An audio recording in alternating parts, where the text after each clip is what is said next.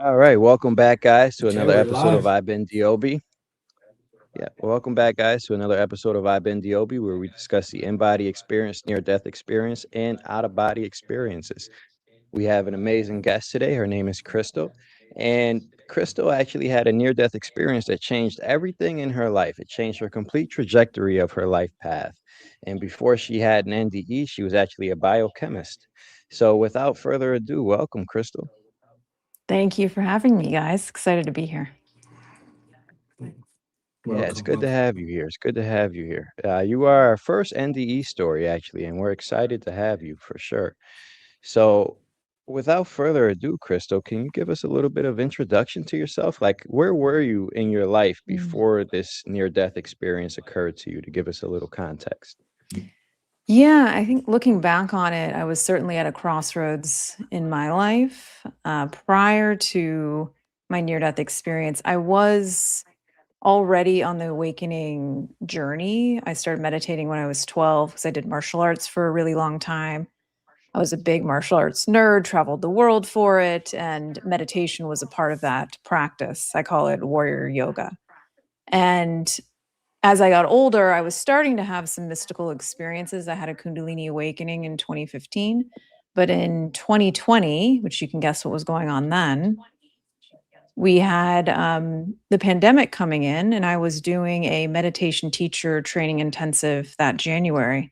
And in that training, I was starting to have premonitions that something was coming. And I didn't quite know what it was, but I could see a big wave of pain and suffering, and I was even starting to see what I then realized was a past life that was tied to, or it's really a simultaneous life that was tied to what I was about to go through. And so it sounds pretty out there, but I was starting to enter this really weird liminal space even before the event happened. As I got sicker and sicker, and this was before we really had testing, this is before doctors knew what was going on. I ended up in quarantine, had to say goodbye to my husband, didn't know whether I was going to see him again. And I had enough medical training around me and the people that I worked with in research that I knew what to look for when it was starting to become a problem. So I started having a lot of heat in my lungs, and then coldness, and then stiffness. So these are the cytokine storms that people die from when they get these COVID viruses. And so once that happened, I knew I was in trouble. And that kicked off a really intense, heavy period. But the other thing I'll mention before I get into the nuts and bolts of that experience is that I felt death in my space as an Mm, energy, as in a mm, presence, is probably the better way to put it. And it sounds weird, but it felt familiar, and it felt like an old friend showing up at your door that you didn't expect. And it wasn't scary, but I knew it was there. And I knew that there was a timeline where that this was my exit point. I could feel that. This was a deeply pivotal point in this lifetime. And I had to get really clear on why I wanted to stay. And mm. I did over that year of So recovery, you, learning to walk again and whatnot. so you kind of knew you were gonna die, like you felt dying that you were Yeah. gonna die. Yeah. I could feel Also, it enter my space. you Yeah. mentioned and you mentioned that about a past life, but then you said that it's a parallel life. Can you like go into that real quick before we Yeah. go in the other direction? Oh, okay. Yeah. This was one of the trippier parts of the experience for sure. But I got a lot of clarity on this simultaneous other lifetime. And it was during a time in the past on Earth where there was a war and there was also a pandemic happening at the same time. And I was a man and I had gone off to war and gotten injured. And when I got back to my town, my whole family had died from the virus, from the pandemic. And so he was devastated. He grew to be old and bitter. and like a hermit. And through the course of me going through what I went through, for some reason, what I was experiencing now was affecting and changing the outcome of that lifetime. And so when all was said and done, and we were interacting with each other for at least probably 6 months, by the end of it, I saw him having found a new family, a purpose. He was working with children in the town. And I saw him from above looking down, and he looked up at me and smiled. And it was just really, really cool exchange. And so for some reason, whatever I had done That's in this amazing. lifetime had changed his. And maybe what he did changed mine. It was all connected. That's Oh, wow. amazing. So in that experience told you that, lives are kind of intertwined. Yeah. That's a cool perspective because as we know on the other side, you're outside of time, right? And so theoretically everything is happening at once. But from my perspective, like when I've visited my past lives, it's as if like I know they are in the past. But perhaps because your past life was actually within this realm on Earth, maybe that has some more influence on your character here. Maybe that plays into it because the past lives that I've experienced were all like not on Earth. So maybe that has something Yeah. to do with it. I'm not too sure, but yeah, that's pretty cool. That's an amazing revelation that you had there for sure.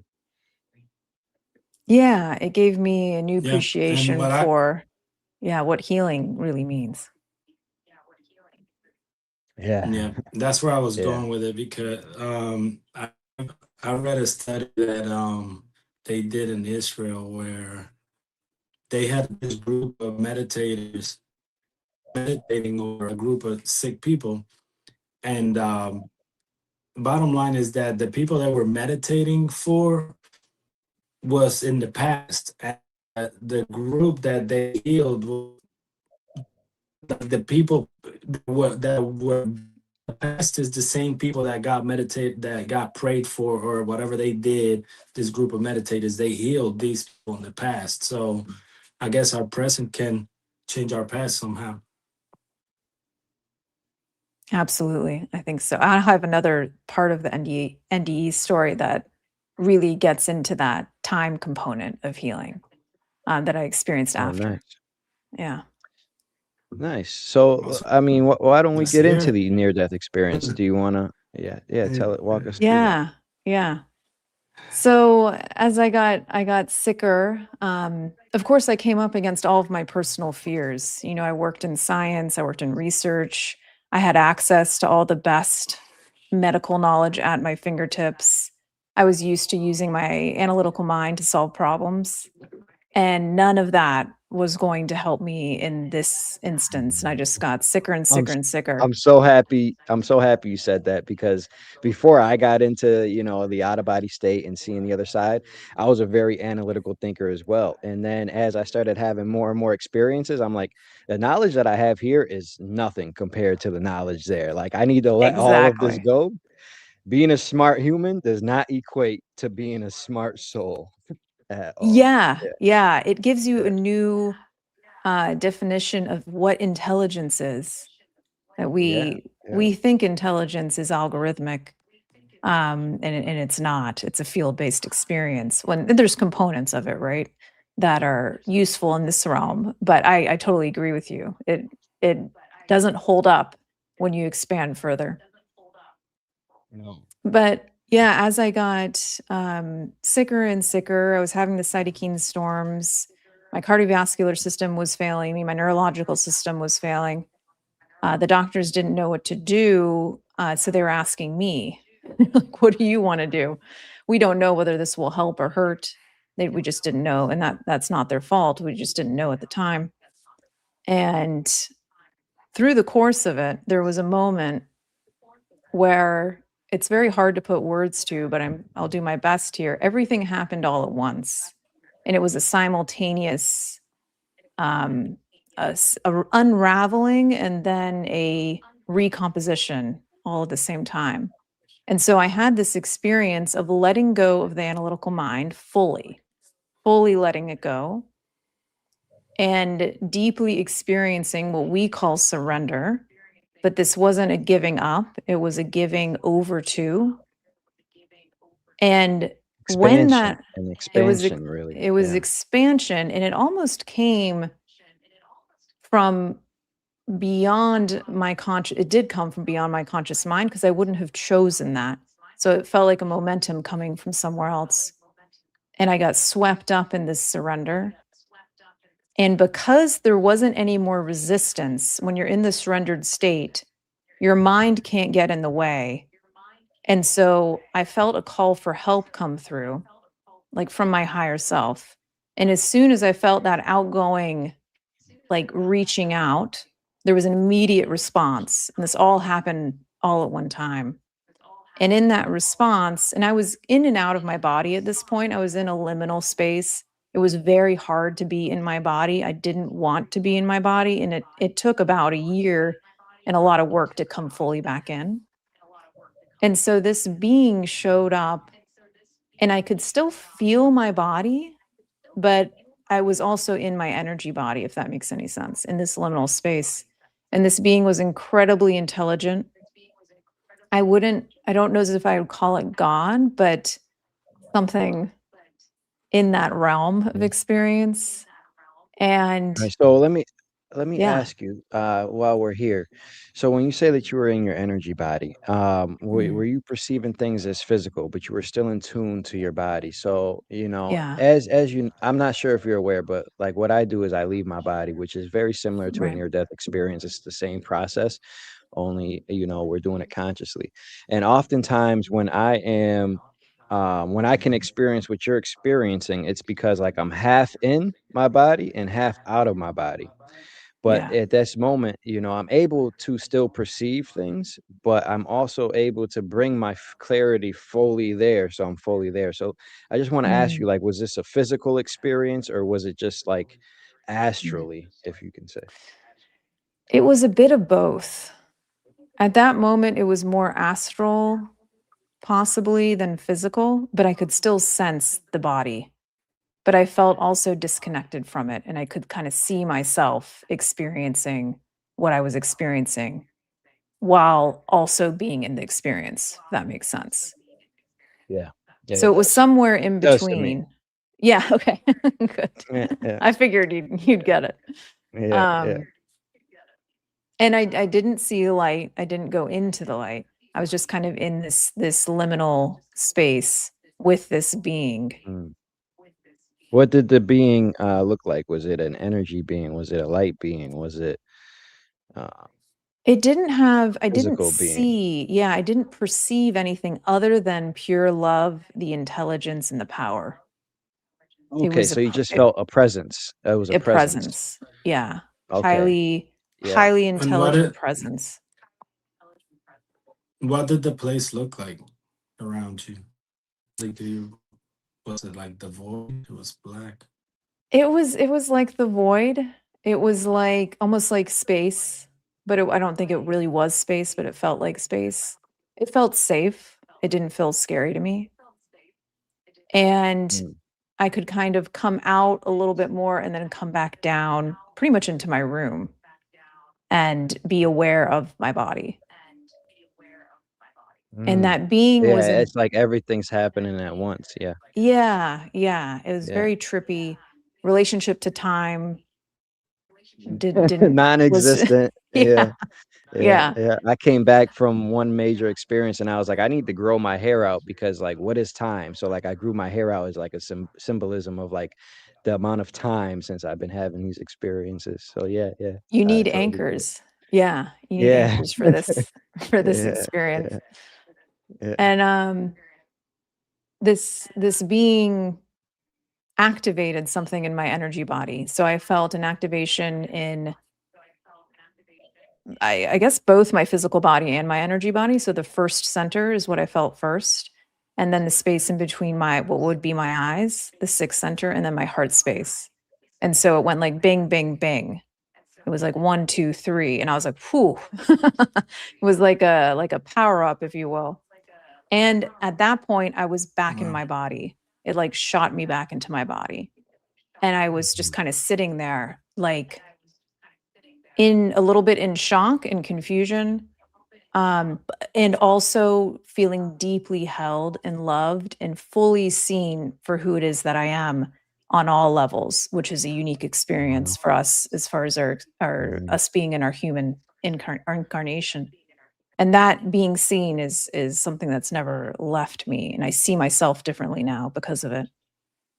But That's the that unconditional love that we speak about. You see, exactly. it's just this feeling of overwhelming feeling of just acceptance as you are and like everything's okay. Like that's Yeah. like one of the first feelings that you get and on the other side is like, okay, everything's okay. I'm accepted as I am. And it just Yeah. it boosts you. And then when you come back from that experience in here, you try to embody that and yeah, it's a real feeling. Yeah, for sure.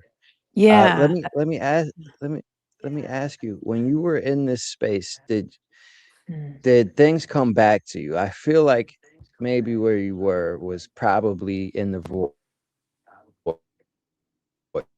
and that's probably why you just felt a presence. Because whenever we cross over, either out of our body or a near-death experience, I have found that there is always somebody there. It's just whether you Yeah. want to see them or if you're vibrating at the frequency out of fear to be able to physically see them. So Mhm. somebody is always there guiding you and helping you. It's just like Mhm. whether you want to open up to see them. So but in the void space where I believe, you based off of your description where you could have been, did any information come to you? Like, did you ever feel like you were all knowing, like you just understand every question that you have, like had an answer? Mm. Hmm. I understood more deeply who it was that I was through the perception of that other being, if that makes sense. So I could perceive more of my wholeness, which is now my mission or purpose in this lifetime, is to see how much of that I can bring into this dimension of what I experienced in that dimension. I also had an That's amazing. awareness. Yeah. Go ahead. Oh, and I was saying I also more clearly saw the exit point. And it took me a while to integrate this, but I was trying to understand where the fear was coming from because there was something that Mm, kept me here. And I was very confused about this for a while, but I got clarity over time that it wasn't fear of death. I don't have that fear anymore because of what I've experienced. It was a fear of not living my purpose in this lifetime. That's what brought me mhm, back. And those are mhm. two very different energies. Um, and so I understood, started to understand that because there was a choice to be had in that moment. I could feel the choice. Do you want to stay? And I decided to. My highest self decided to stay. That's so amazing, and I'm so glad you have that because a lot of people never even reach that far, right? So when people have these experiences, there's levels, right? Yeah. And sometimes based on their perception of reality, they may not even be able to come to that revelation that you just did, that you have the choice and that it was your desire, your soul's desire to do what you set out to do here that brought you back. Right. I tried to explain this to people, but it's so amazing that you've actually found that. And the what I have come to find is that it's because when you're and people always are like, why don't you stay on the other side and things like that. And Mm, what I have came to find is that it's because of this. It's because when you're in this human mind, right? In this human body, and you're so little, every everything seems so big, right? But once you're so big and you're outside of this body and your eternal aspect of yourself and your soul, everything seems so little. Now, why is this important? This is because all of the issues and trouble and pain, everything that you go through here in this physical life, it seems so minuscule compared to why you came here, right? Because once mm, you return back to the eternal aspect of yourself, all of those things are gone and it's complete bliss and peace and all of your yeah. trauma. It's like, whew, that was a good video game, but like now I'm out of it, you know? Yeah. Yeah. You put Yeah, that so yeah. so beautifully because that's what the other thing that you do experience in that state is like what you're pointing to is a complete dissolution of all the hangups in this, the pain that I was in, gone.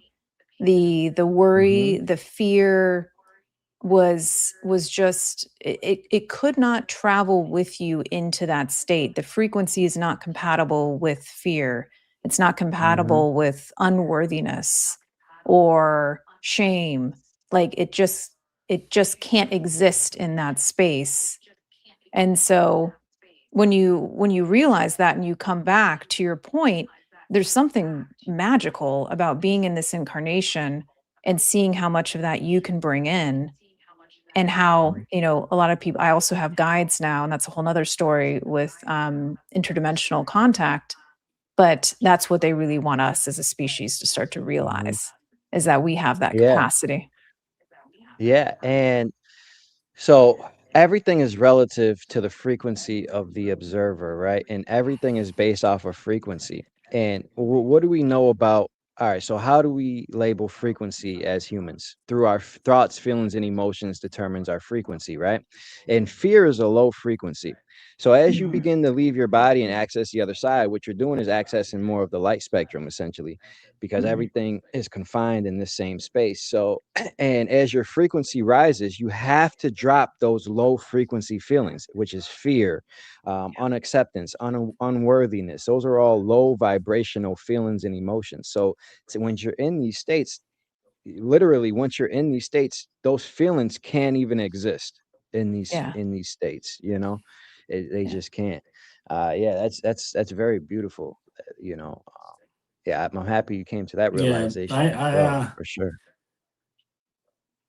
and what you know, what you're talking about, um, that acceptance, how we don't get it here, and I think Mhm. that's my mission here is to, and I'm glad that you came to that because we don't get that. No, you know, I got this book is done already. I received it, and something that they told me through it is that no one has ever stopped to look at your full story and marvel at it. Like we don't Mhm. have that on earth. Our parents don't do it, and so I want us to do that. That's why this podcast exists, so that we are aware that as a race, we need to do that for each other. It's our next step Yeah. as a race to sit there for a second and just give someone your undivided attention and let them know, hey, you're valuable to me. I experienced that on the other side too. My uncle grabbed me and he gave me this hug in a heavenly realm, and it was like I when I came back to my body, I was water. I wasn't even human yet because of how hard I felt that love. And I'm like, damn, like I give so little out, and I'm one of the most loving people you'll know, but I still give so little out. So Yeah. that's why this podcast exists, so that we can, you know, come into that framework of, hey, we matter, and we should matter more Yeah. to each other. Oh yeah. So I love Yeah. how you felt that. That's awesome. It's beautiful, and I think that's why podcasts like this and these conversations and people feeling more empowered to have these conversations is going to unlock so much for us as individuals and as a collective, and it's time for that to happen. Yeah, for Absolutely. sure. It And is time. it's because conversations like these get us out of the mind frame of the human life, because we're talking about things beyond the human life. And when we come back from these experiences and we're talking about, hey, you are accepted, you are Mhm. loved, everything is always okay, you are everything. Like, what does this sound like? It sounds like I'm preaching the teachings of, like, Jesus, right? Or Mhm. something like Mhm. that. And it's because, like, those core principles in that aspect, I'm not religious or anything, but those core principles in that aspect are true. And this can be experienced. And Yeah. you can either experience this at will through the out of body state, or a near death experience like you. And then once you talk at this frequency, the frequency of truth, the frequency of the other side, which is the whole purpose of this incarnation, is to come here in forgetfulness and slowly start to remember who we are. So when you speak that truth to the end game, which is to remember who we are, a divine spirit, a divine soul, an eternal soul, it carries and it raises the whole vibration of this place of everybody that listens to the conversation with an open mind, for sure. Yeah, yeah, yeah. Yeah, it's so So important. yeah, So you yeah. said, so you started getting contacted. So so Mm. when, how did the NDA end it? Like before we get there, so how, how did you came back to your body, or yeah, it's Ooh, yeah, that was a hard process. It was really difficult. Um, I had a I've had a heart issue since I was young. I have a interval issue. It's not supposed to be fatal, but it still, makes it a little bit harder on my heart than the average person. And I had a lot of chest pain, a lot of pain in the body, and passing out a lot and not able to walk. So it was very hard to come back into my body. There was a weird, when I say this, people can sometimes be confused. There was a grief. There's so much freedom in being out of the body that coming fully back into a broken one is difficult. So there's anger, there's grief, there's frustration, and my mantra through all that was faith over fear, very simple, so that I could mentally, emotionally, spiritually move through it. Breath work was a huge friend of mine, resetting my nervous system. But when I had one other mystical experience when and I knew that I was going to be okay after encountering that being. I knew that I was back in my body. It was going to be hard, but I was going to make it.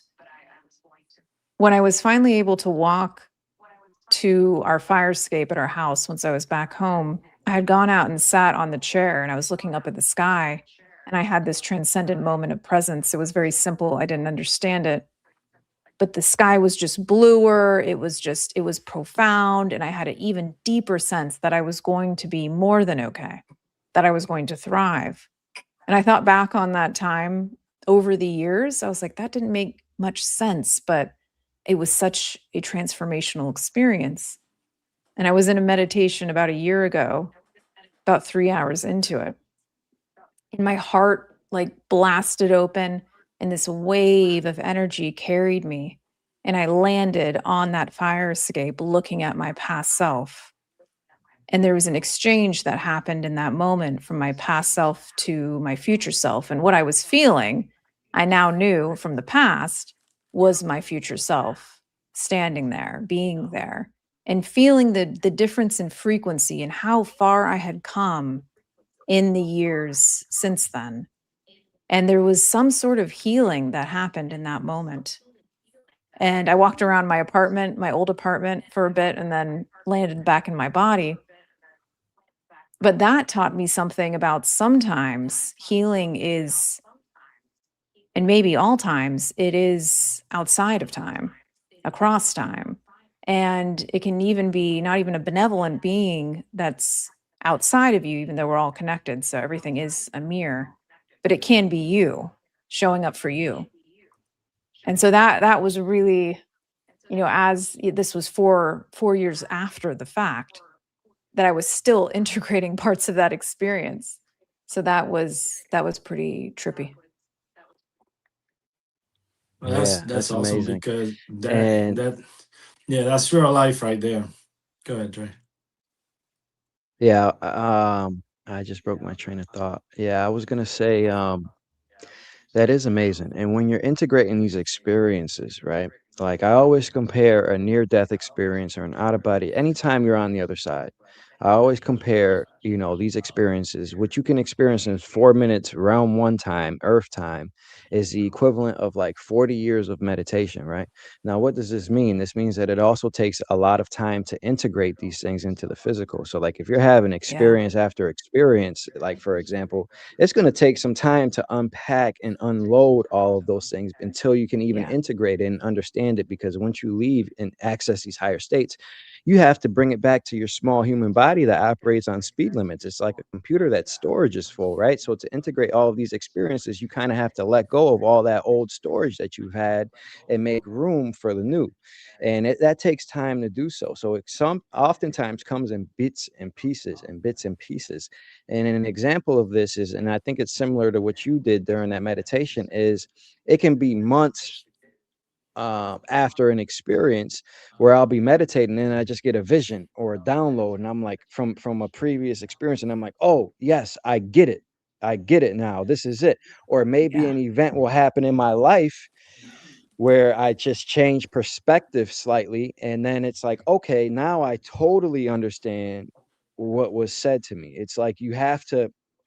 This is why oftentimes when we pass or cross over, everything's not presented to us right away. You're only presented yeah. with what you're ready for and what you can Hmm. understand, because and even then sometimes it's too much, because I won't even be ready to understand it until I hit a certain stage in my life, and then it's like, okay, now I get it. Now I understand why I seen that, you know.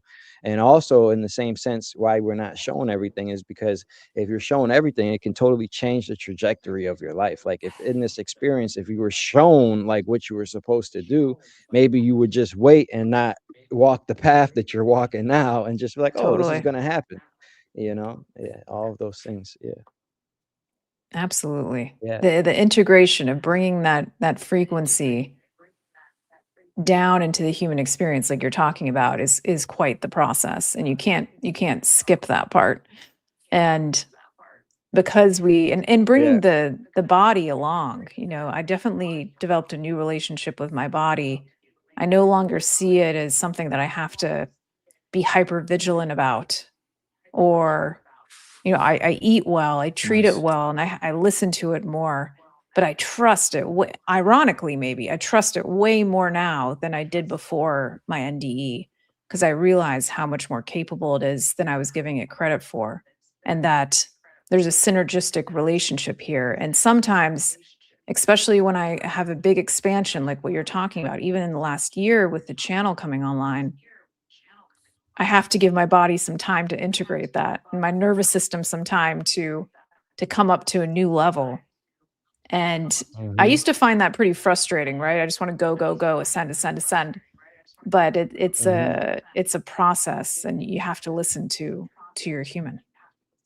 Yeah, and that's very true. And so once I learned this, I was like, okay, you know, I was pretty much already intermittent fasting. I was hip to like mucus is what slows down the body and makes us sick, and eating things with energy. Um, and you know, alkaline fruits and food is what's going to help the body produce electricity, because we are electromagnetic beings. But then it wasn't until like you're saying, to integrate these things, another aspect of this is, in order to obtain abilities and to unlock things here in the physical, you kind of it does help to have your body in tune. This is when, you Mhm. know, I realize eating certain foods here shuts my abilities and connection to the other side down. And I'm like, oh, this must be why everybody says fasting is a good way to get to the other side.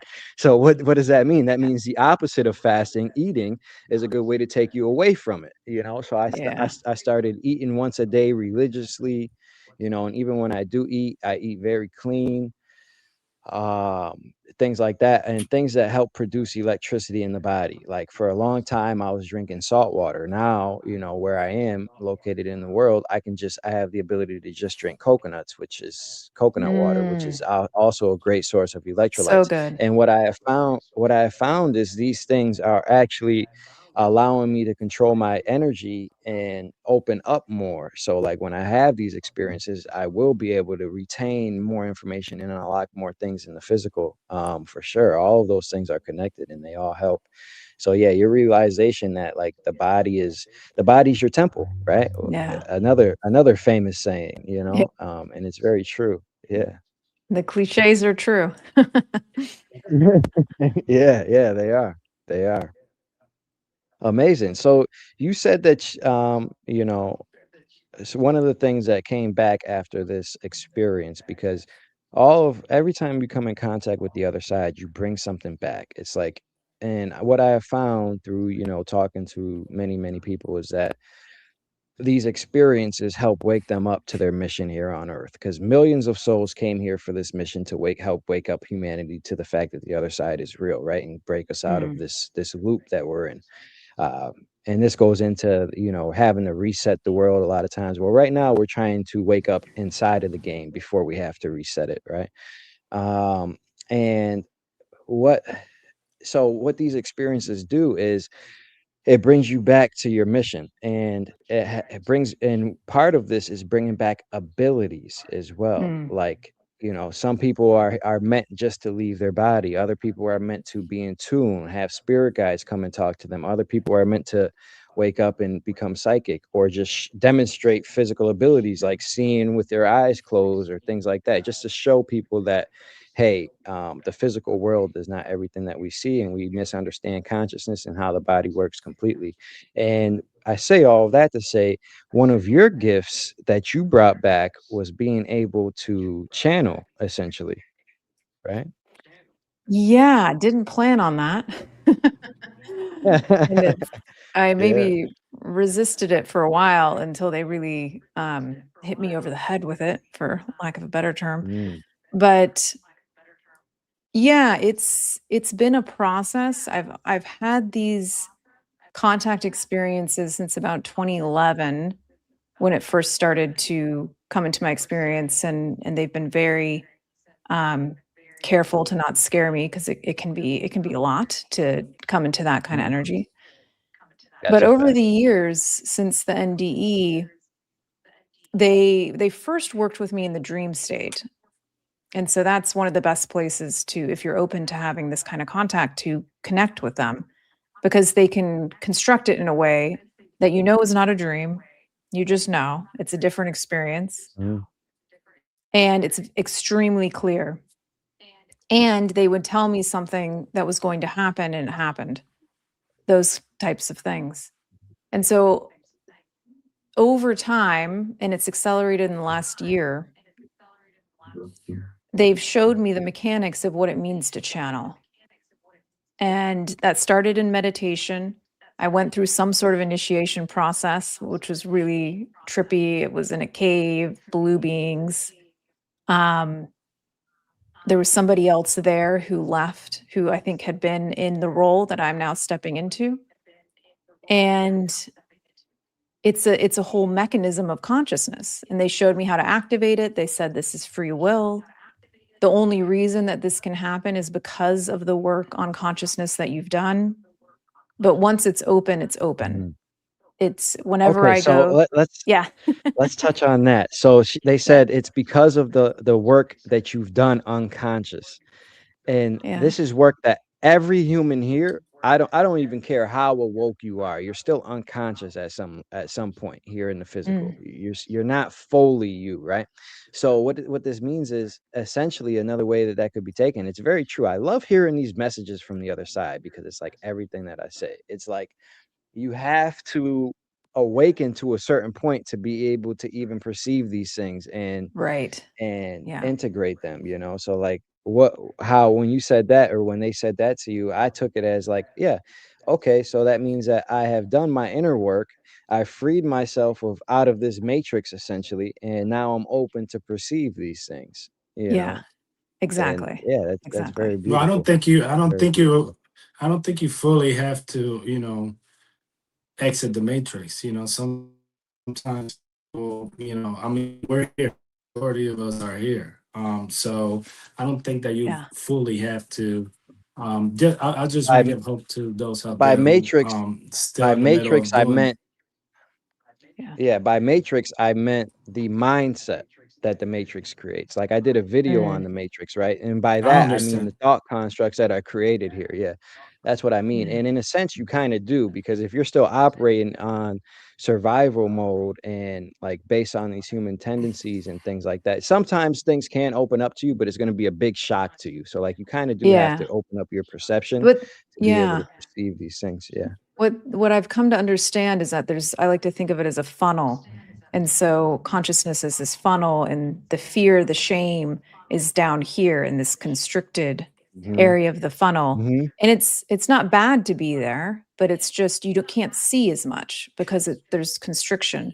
and you can't see the possibilities as much because you're down here. But even getting up here a bit more, that aperture has expanded. And so you start to be able to perceive more, and you start to be able to move consciously up and down as you Mm-hmm. need to. And I think I'm that's s- what they're referring to, is that I'm capacity to cheesing right now. Oh, yeah. sorry. Go ahead. No, go ahead. I was because as you said that, I'm cheesing right now because I was literally working on a video talking about the funnel. I was using the funnel as a metaphor Yeah, to explain it because as you shift to the higher realms, it's like your soul's awareness expands and they start to overlap. This is why, a lot of people say, "Oh, we become everything." Well, it's not really that. It's just you become aware of everything. And exactly. as you go Yeah. up in these higher realms and higher frequencies, your awareness is able to expand. I was using the exact same thing that you just It's said for it's sure. coming Yeah, it's down very into this beautiful. dimension, Yeah, yeah, yeah, the yeah. knowledge. I love it. So who are they? Who, who are they? You Mm, said they said this, they said that. Who are they? You said they're yeah. blue So beings. Do you see them physically now?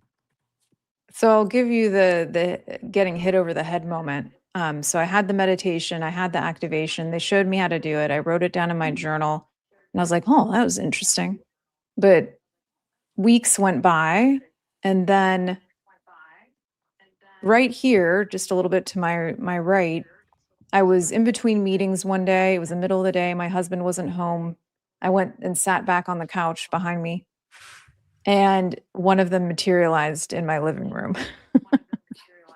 And I know it sounds out there, but Whoa. it was No, on this podcast, everything is understandable. You're awesome. So good. yeah, yeah, Okay, yeah, okay. yeah, yeah, I'll give you the full story then. But Yeah. yeah, it was a big oval shaped energy that was coming in and out, and it was blue with like a purple iridescent outline. And I didn't have much time to perceive it because it was so much energy that it threw me into a meditative state. It was so hmm intense. And hmm so I was kind of shocked into a meditative state, and I could feel them very, very clearly. And we had a conversation, and they showed me again, this is how you activate the channel. Do you understand? And I said, I think I got it now. And we had some conversations around free will, about what this channel is meant to be for. And I asked them some questions about quantum physics because I was just curious what they'd say. And then I also was curious, and I opened my eyes, and it was still there, but it was a very bright white sphere at that point, which was really interesting. And my cat was also perceiving it. He was locked in hmm on this. So I knew I wasn't a projection of my mind alone. He was also perceiving it, and he was winking at it, what cats do when they feel really safe. And I thought that was hmm really interesting, and it helped me feel even more safe. I was like, this is not a threatening presence. This is a deeply loving presence. And as far as who they are very reluctant to give themselves a name because they understand our human desire to put them in a certain box. But our understanding of the intelligence out there in the universe is very limited right now. So calling them Palladians or Arcturians, even though I do think are part of this collective, it's not one being, it's a collective of collectives.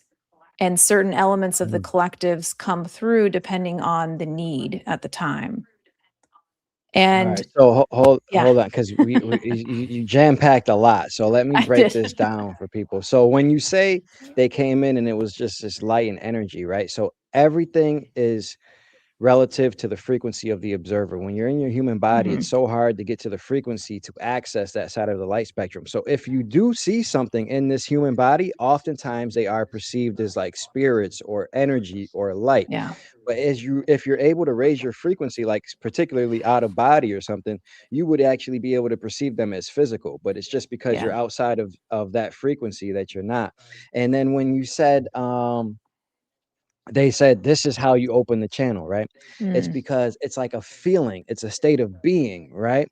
yeah. And that's the best way to understand it, to tap in, to align with frequency, right? Because channeling, all the brain is the receiver, it's not the source of consciousness, it's not the source Yeah. of anything, it's just a receiver. And to be able to align with things, to be able to perceive things in this human vessel that we are in, we have to change our frequency. And how do we do that? Through our thoughts, feelings, and emotions. So they had to take you there to that state for you to be able to tap back into that feeling, emotion, or vibration. And that's how Hmm. you open it. It's like just a state of being, right? And then Absolutely. Yeah. yeah, and then the last thing you said, what was it? There was another point that you just said before I stopped you. Um Mm. Who oh, they I are? forget about it. Oh, yes, the Well, I collective. have a So yes, question. so I first heard of this in the Law of One, this idea, because the Law of One, I'm not sure if you're familiar with the Law of One, the raw A material, where bit. this group Yeah. of kids in the 70s or 80s, they actually had a meditation session. They were able to channel a sixth density being, he called them. And it was a social memory thought complex of a collective being. So those things do exist. Hmm. And what I have found is that they actually come from outside of this universe on higher planes of existence. So like as you Hmm. go, you kind of like merge back and you can come back as a whole source of energy, right? So in Yeah. this universe there's physical realms and then there's dimensions inside of these realms, right?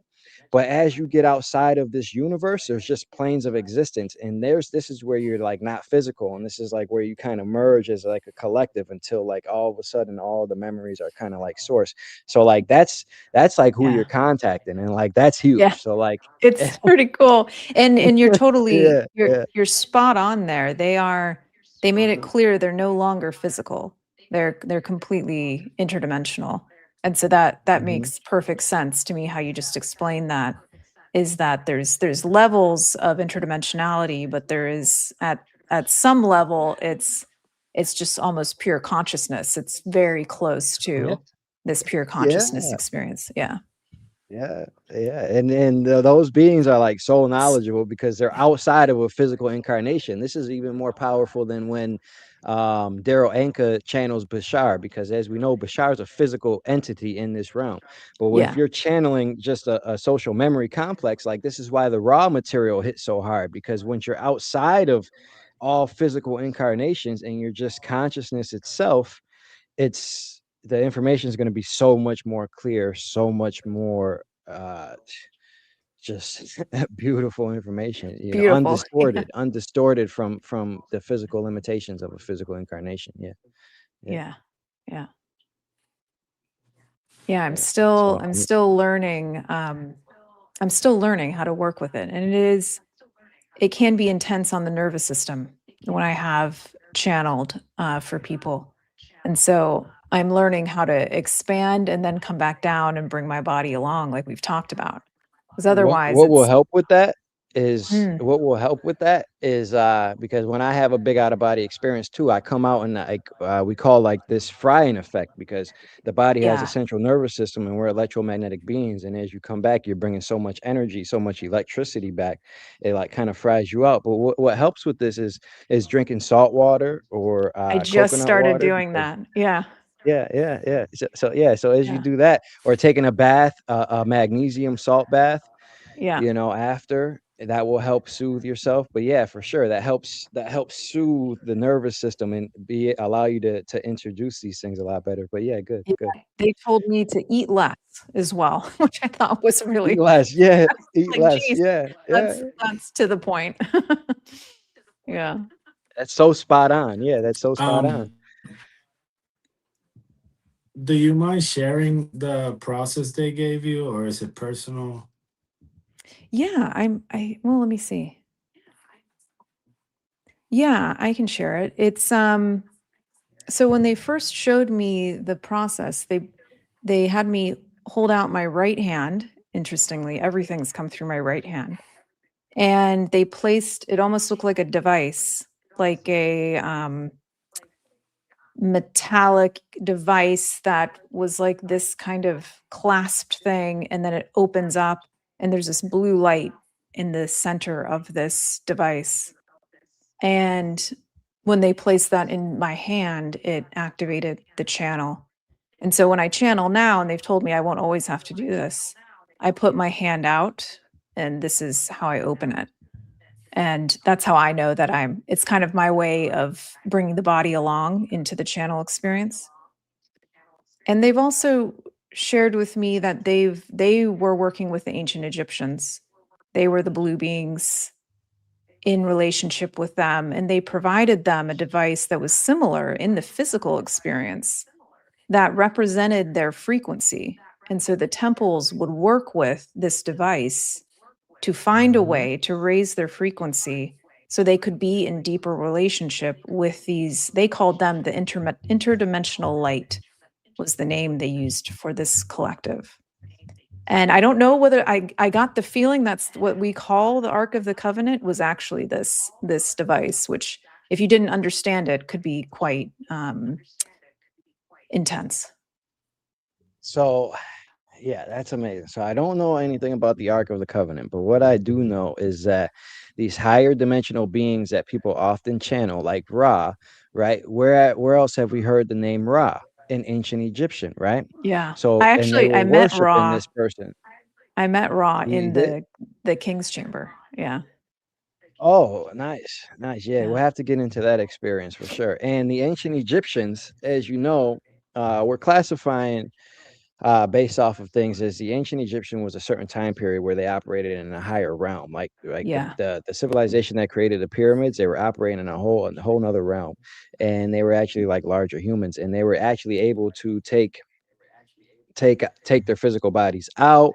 They were able to tap into these things, and it's because they were connected to the other side in that manner. Yeah. Now you just brought a whole nother element to that to me because you believe that this device was like the Ark of the Covenant and things like that. So can you Maybe. explain on that a little bit? Maybe, yeah. What makes you think that?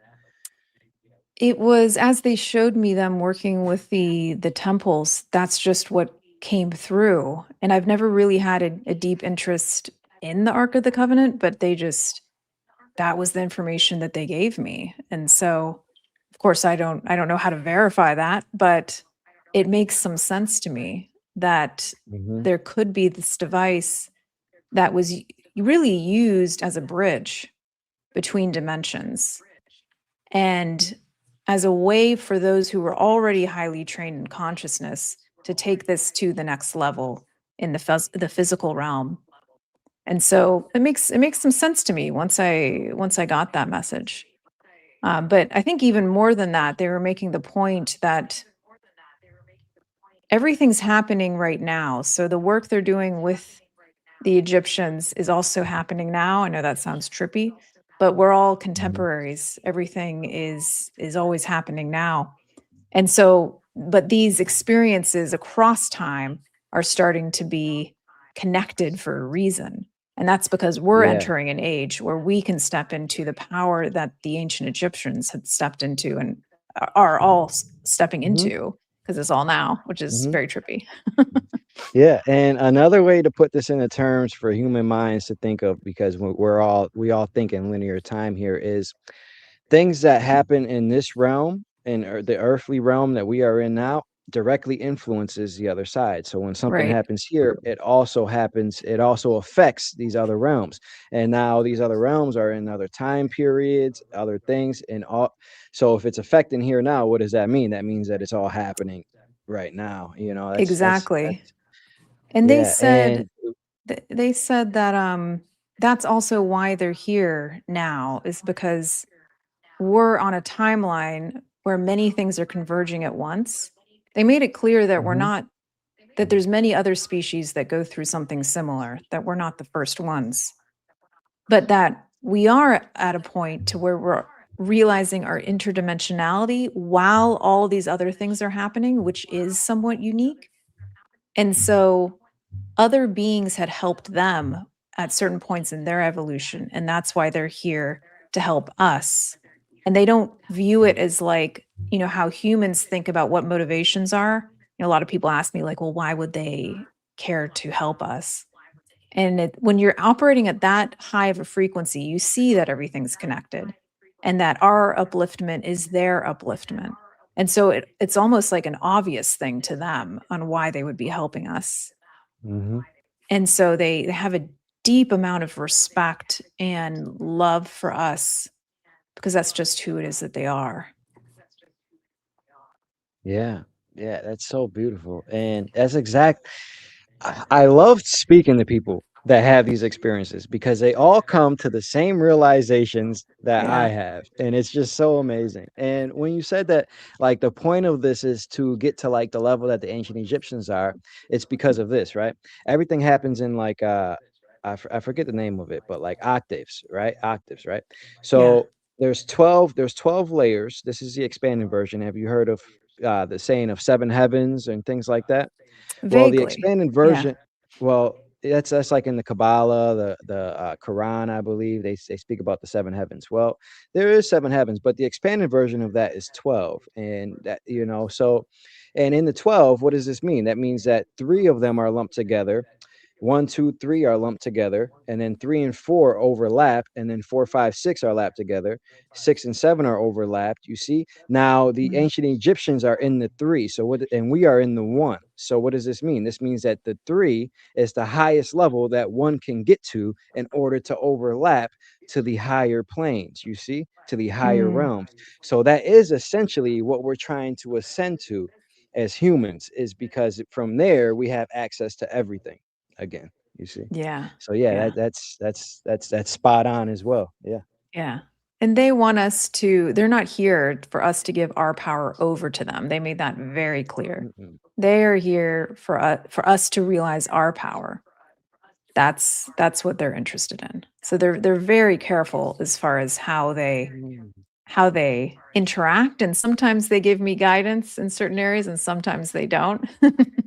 And I can understand why. Yeah, yeah, you can understand why, but it's also kind of like, why won't you just tell me, Oh yeah. Yeah. uh, but yeah, and that's exactly true, Crystal. That's exactly spot on. That we're not supposed to give our power away. We're not supposed to worship Yeah. these things. We're supposed to Right. realize that we can do the same thing and that we are the same thing. That's what they're here to do, is help us remember, help us wake up. Now, the powers that be and things like that, they don't like this awakening, because when that happens, everything here that they're trying to control and place on us falls apart. But that's why they turn it into a religion and like a worshiping thing. Like, oh, yeah, these things did happen. These higher beings do exist, but they're gods, right? And they're Yeah. separate from you, And you can only but reach that's them not that. Yeah. through an intermediary. And I think what's going to Yeah. happen now for us is, don't take my word for it. Find your own relationship with these dimensions and your own power and your own ability to move into these realms like you're talking about. That's what this is about. It's not about worshiping or Hmm. deifying. It's about you, each person listening, finding their power. Yeah, exactly. And let me tell you this. So you've had this near death experience. Are you aware that you're able to induce these experiences consciously, like have an out of body experience? I've had out of body experiences since then, but I haven't spent a ton of time in that realm. Okay. Because, all right. So I say that to say, because the number one way that I have found to make people realize their divinity and things like that is to wake up, leave their body, step fully into their physical soul, and interact with these beings personally. Because there, it's like, all right, I'm seeing it, I'm feeling it, I'm hearing it. Because oftentimes people will question themselves and doubt themselves, because your human mind is going to play tricks on you. So if you were just channeling something, you're like, 100%. what the hell is this? Like, what is this? Or if you're just a psychic, you may even doubt those abilities or something like that. But when you're actually out and you're Yeah. physically seeing and physically interacting with these things, like, that is a clear direction. Yeah. And in your particular case, I don't necessarily even know if having the out of body experience is necessary for you, because you've had a near death, these things are real, and now you have an open channel. So like, that's unlimited information just right there in itself, Yeah, I for am sure. personally curious about getting better at that though, of entering the astral realm a little bit more regularly. But I will say the doubt that you mentioned is huge, because at first when I was channeling, I was like, am I going to be able to do this? Were they for real that this, every time I open it, they're there? And over time that has been confirmed. And with others that receive it, it's almost a altered state experience being in the presence of that channeled state alone. But the practice of meditation is what's really been my vehicle for continuing to move through that funnel at will and to stay connected to that realm. And I do that for about an hour in the morning every day. I'm so happy you said that because, What is your in this space that I was just going to say, I'm so happy you said that because in the space that I'm in, everybody's trying to achieve the out of body state. This is why I just released a video on YouTube called Meditation is More Powerful Than You Think, because you don't necessarily have to leave your body to experience these things. You can literally meditate as long as you believe that you exist beyond this physical and that you open up your mind to do so. Meditation is able to unlock these higher states. This is, again, why every shaman, every spiritual coach ever use meditation to unlock higher states. So like that's the core principle here for us to tap into beyond the physical, for sure. And yeah, that's very beautiful. I'm happy you said that as well. Go ahead, Bam. What was your question? I was just gonna ask what her meditation looks like. So Yeah. Crystal, I started in martial arts, I started with the Zen style meditation, super simple, one pointed focus type of meditation. And over the years, I've mixed in all kinds of different approaches. For me, in my personal practice, it's about 10 minutes of breath work. So really slowing and elongating the breath down, expanding into my lower lungs. I do some work on my energetic channel. Since the Kundalini awakening, I can start to move energy into my central channel, and I can kind of move I think of it as a stopper at the very base of the spine. I can kind of move that out of the way so more energy can flow. And I work with I love that. Yeah, I love that. Yeah. I work with the energy body for a while. I get everything flowing. I get the toroidal field going. I get the cerebral spinal fluid up towards my brain. And then I like to give myself now a lot of time, an hour at least a day. And you'll find that you come into waves of experience and you hit resistance too. I tell people, like, expect resistance, but know that on the other side of it is a breakthrough, because 10 out of 10 times that's true. And so now I've re-engineered my relationship with my body so that I can go into meditation and my leg can fall asleep. I can even have pain in my body, but my body now has my back because we've worked together on this for so long. It lets me go. It no longer fights me when I want to go. So the pain in the body, that often comes. Now, I'm not sure in your particular case if this applies to you, but when we're practicing the out-of-body state, how you practice is you lay still, mind awake, body asleep, right? Like Robert Monroe said, that's the key, that's the gateway, right? But as you're laying there still, your body sends signals to your consciousness to test you if you're awake or not, and that comes in the signal of pain or itches or something. Because if you're just sitting still on the couch, your body doesn't know the difference between sleeping or awake. So it's going to start to do stuff before it shuts down. And if you just bypass that pain, you'll start to be able to exit or leave, because then your body's really shut down and your consciousness is then free to leave. Yeah. Yeah. I think also the body doesn't want you to leave. It doesn't want you to go into the unknown, because we haven't been there in this physical form. And so you almost have to treat the body as like this toddler and just let it know, like, I've got you, you're going to be okay. And I know you're kind of struggling and rebelling right now, but I'll come back. And oftentimes when I do come back, it's the pain's gone, like it just can't travel with you. And so I've had, and I also mentioned this, I mentioned my heart issue.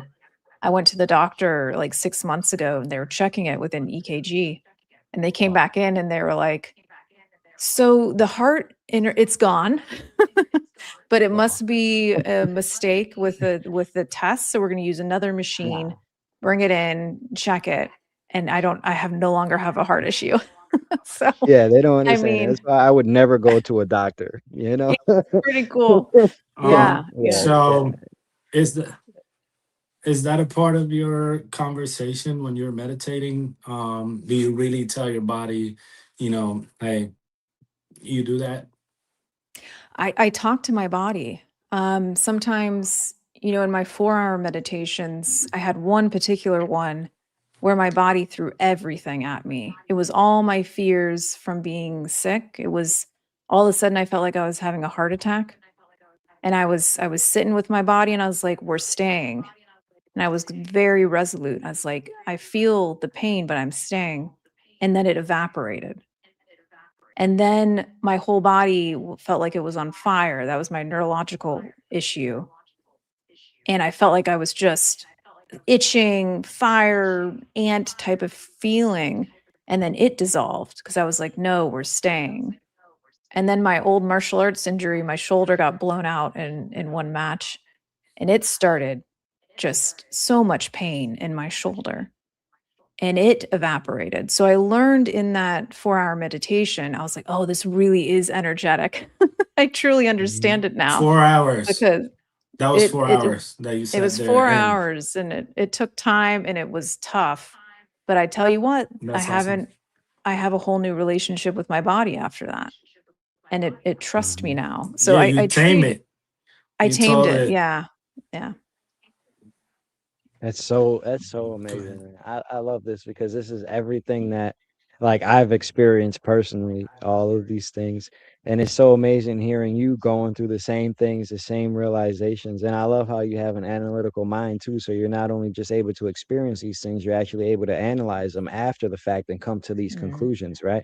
And we reach the same conclusions. So what does that yeah. tell you? That tells you that this is the ultimate truth, right?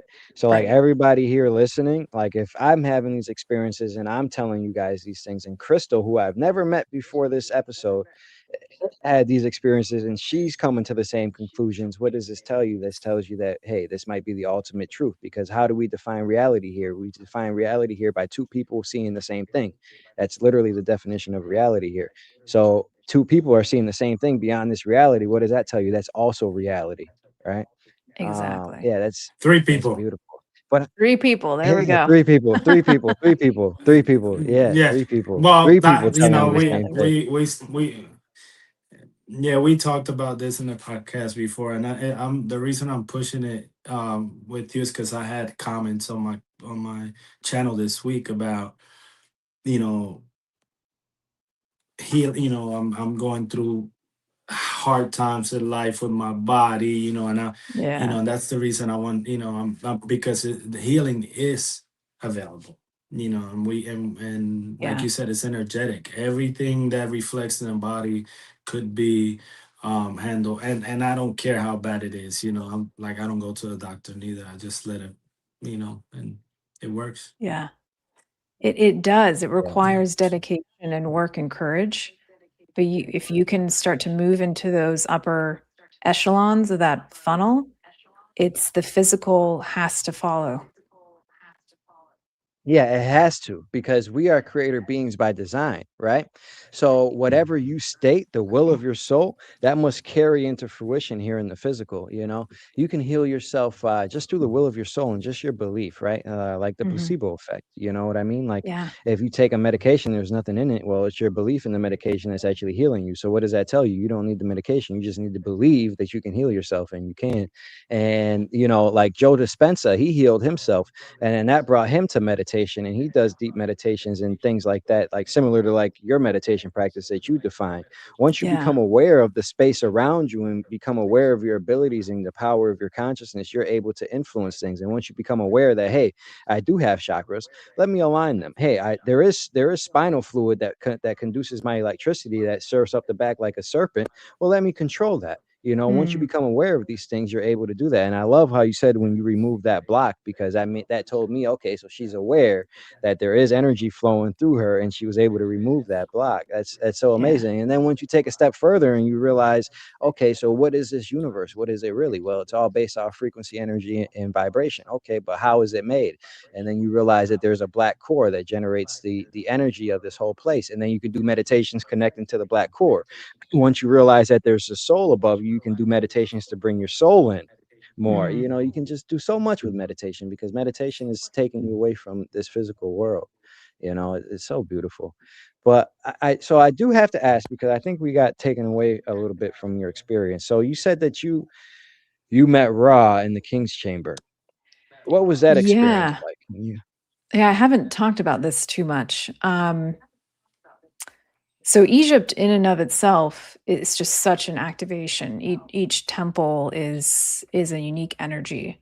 And Because they're all right, so before you go, that's yeah, because they're portals, right? And they're lined up with certain stars, because stars are also like portals, right? And as you line up, when you said that there's certain energies, they are. It's because they're lined up to certain different aspects. So as you step into them, it's kind of like a portal. It's like an activation site. oh yeah. That's spot on as well. So I just wanted to say that. Yeah. But yeah, go ahead. It was incredible. I had many different activations. But the King's Chamber, I because of the scientist in me, I was going into it trying to temper my expectations. If for anybody that hasn't been there, it's very unique from the temples in my experience. It has its own energy. The construction of it is fascinating. It feels a lot more industrial almost when you go into it. It feels like a technology. And Hmm. when I was standing in Organic the technology, like a form of yeah, organic technology. Yeah. Like, yeah, yeah, and that's very true as well. I've seen that as well. It's like the material is like smart. yes, This goes into like responsive. the emerald tablets. Yeah, this goes into like the emerald tablets and things like that, where if you just touch them, you receive the information and things like that. Yeah. Yeah. Yeah, I can feel it now. And I stood in the center, the very center of the room. And the best way to explain it is it felt like from across all of time, all of the knowledge and the wisdom from all of my lifetimes was condensed into that moment in this space and this time. It was like all of those timelines coming in and coming down into my experience.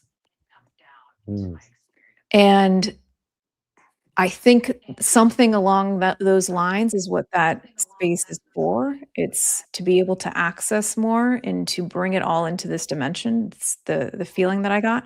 But the raw came in, and it came into my experience saying, I am raw, I am raw, I am raw. it always does that. It I always did does that. It says, the I am crazy raw. I am raw. Yeah. It's crazy because I hadn't read the raw material or listened to it, and Yeah. so I found that out after. People were saying, "Well, that's how it comes through," and I was like, "Oh, Yeah. that's Yeah. crazy, crazy confirmation," because I Yeah. I didn't know that. But, Yeah. it felt like so if you think of God as like the one of all, if we wanna call it that, it's the center point source. It felt like to me that raw was one small layer separated from that. It was like the first differentiation from pure source. So it felt very proximate Hmm. to pure So, source. Yeah. all right, so to elaborate on that, so there's planes of existence outside of here, like I said, right? So the 13th would be like source, right? 12 would be like the void space. 11 is like where you start to like begin to materialize. And then like the first types of beings that you would see, or like collective consciousness, like raw, would be like plane 9 or 8. So like that's why you're Mm, getting that feeling like it's so close to source, because it's like the first layer of like a consciousness that's able to communicate and interact is like that, right? yeah. And this is also, I'm learning now that this is also like, I'm putting all of these things together based on my experiences and like other people that's done this work. So like the law of material, the law of one material explains like densities, like 6 densities, 7 densities. And what I'm understanding is that they're talking about planes of existence beyond this universe, and like that's where Mm. they are. So like, yeah, it's so crazy, and it's so spot on. Everything is connected. But yeah, Everything's yeah, I'm connected. so It yeah, yeah. was it felt it almost felt like the energy I saw the center of the universe, of this universe. That's what raw showed me. And What did that look like? it was just pure expanse. The center of the universe is intelligent. it's connected to Ra in some way. It was pure light. It's just a high concentration of energy. It is a And prism of light. Yeah. it's somehow connected to Ra. And it was showing me how we are all connected. And so one of the things that Ra seems to be like, and makes sense, a master of, is creation. So when we think about the sun coming up and going down and the cycles of time and life, it's a really a master. It's connected to all of that. That's why the Egyptians worshiped this intelligence. The sun is a sun god too, Yeah. specifically. Yeah. So I Yeah. saw this sun coming up and going down, coming up and going down, and then it got faster and faster and faster and faster. And I was like, whew. And it was intense. And then I could feel almost like all of the temples were activated, and I went into a trance state, which was very confusing. But I heard, you're activated, you're activated, you're activated. And I could feel the intelligence of all the temples around me, walking with me, being with me. And he also showed me like his abilities are our abilities. It's my abilities, your ability. This capacity to be a creator. That's what he wants us to understand. It did feel masculine. That's what he wanted us to understand, was our power of creation. And one of the things specifically, he said, now you'll know what creation is really like. That was one of the last things I heard. So it was That's amazing. very, very powerful. Every experience that you're having is just so spot on, and it sends so much remembrance in me. It's just spark, because I haven't been able to have a conversation like on this level with anybody in a long, long time. So like as you're saying these things, I'm like, yes, I remember that. I remember that. I remember this. Yeah. And it's so spot on. It's so amazing. So, but let me ask, so were you in a meditative state when you accessed Ra in the King's Chamber? Was this like through Ooh, meditation? Or barely. I just closed my it's like the eyes, and start of yeah, it was Oh, immediate.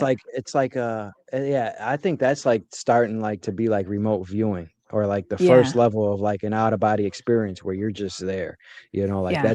this is probably like what like Elizabeth April. I'm not sure if you're familiar with her, Yeah. Yeah. but Yeah. I believe that's what she does, is she just kind of like takes her consciousness out, and like it's like another level of like astral projection where you're just able to be there and perceive these things and Yeah. still receive the information. Yeah, you don't even have to physically leave your body Oh, to do so. Yeah. it was something. Yeah. Yeah, that's amazing. And let me just tell you, Andre's hey, I'm not hyped. sure. He loved this Yeah, hell, conversation. Like he's just so he's loving it. Like It's yeah, hell yeah. it's just amazing. it's an Yeah, like activation. we're These types of yeah, we're activations. yeah, you just woke me back up, because like I've been so, I haven't been able to have this conversation with anybody. So we'll definitely have to have you back on for sure. Oh, I'd love But to. Yeah. yeah, yeah. So, but let me ask you. So, damn, I just lost my train of thought. Um, yeah, I just lost my train of thought. But yeah, this is a great conversation, and I truly enjoy and honor, your experiences and your wisdom, for sure. Likewise. Oh, Yeah. I was gonna tell you, I'm not sure how, in this space you are, or how assured you are of your experiences, or that they're real, and like to be able Mm. to receive these things that you're downloading, like how real they are. Let me tell you 100% based off of everything that you've told me here. Trust this. Trust every Mm. download that you receive, trust every vision that you see, because they're spot on. Every Thank message that you. you're receiving from this channel, it's spot on. And that's exactly how the other side talks. That's Mm. exactly the message that they're trying to deliver. Literally everything that you've said so far has been spot on, more than like anybody Mm. that I have talked to. So like trust everything that you're receiving. Ah, And in thank this you. trust, yeah, yeah, for sure. And in this trust, you'll be able to receive more and more and more. More will come in as you trust it. I'm getting the vibrations from the Yeah. other side right now as I'm telling you this, because I feel like I'm supposed to be. But yeah, trust this, you see. Like trust it, and don't second guess it at all, because as you step Mm, more into it, you'll receive more and more, and you'll be able to speak more confidently to the people, because I feel like this is what you're supposed to be doing, you see, is to be yeah. when you have these gifts and you're able to tap into the other side, this is not just for you, this is meant to share it with the world, you see. Mm, So as yeah. you trust it more, you'll have more confidence when you're speaking to people. Because I can tell you, everything that you said is 100% real and true. I've seen it out of my body many times. I've, it's Yeah. real. It's Thank you real. for that. I feel that. That was Yeah. really beautiful. I was actually seeing, as you were talking, flashes of blue around you, and I can feel them Oh, coming really? in through my crown. Mhm. So yeah, Yeah, that was And I yeah. beautiful. want Thank you. I can, I I can want to tap in second sometimes that and like too. channel. Yeah, yeah, I'm saying I want to second that too because it's a common theme for the times. You're talking about the Yeah. times, and what I received, the book that will be coming out, is like he said, spot on. He Yeah. exits, you channel, I receive, and the messages like keep on, like we were talking about earlier, they keep stacking on top of each other. So yeah, be go, and I don't have to tell you this, you know where you have to go, but go I appreciate with it. that confidence that he's talking about. Absolutely. Yeah. I love it. I I love that more of us are having these conversations, that we're being bold about it, because this is just craziness. If you go sit at a board meeting and start talking all this, it's gonna sound they're like, gonna lock you up. They're what the gonna fuck lock are you you up. Yeah. talking about? Yeah, but There's that's why but I had to but leave. but it I had to leave my job, but man. it's You know, nec- yeah. it's crazy. but it's necessary. It's necessary that we have this conversation, Yeah. continue to awaken others to their true nature as creators, because it's as simple as being aware of where you stand. You look at the floor where you're standing, and you can confidently say, I put myself here, and I can take myself out Yeah. of here. It's not, Yeah. we talk about all this, and it sounds great, and we're not better than anybody here. We do this because Andre say it all the time. Crystal just said it about Ra, even giving her the message that, hey, you are too this. So Yeah. it's not that, no, there's no that, it's our job as creators to make it what we want it to be, and everything is Yeah. available for us to do it within. We got to go within, and then Yeah. we go out. Last night my feet went, Andre, this is for you, but last night I was practicing, and my soul feet went like, and I'm like, what the fuck?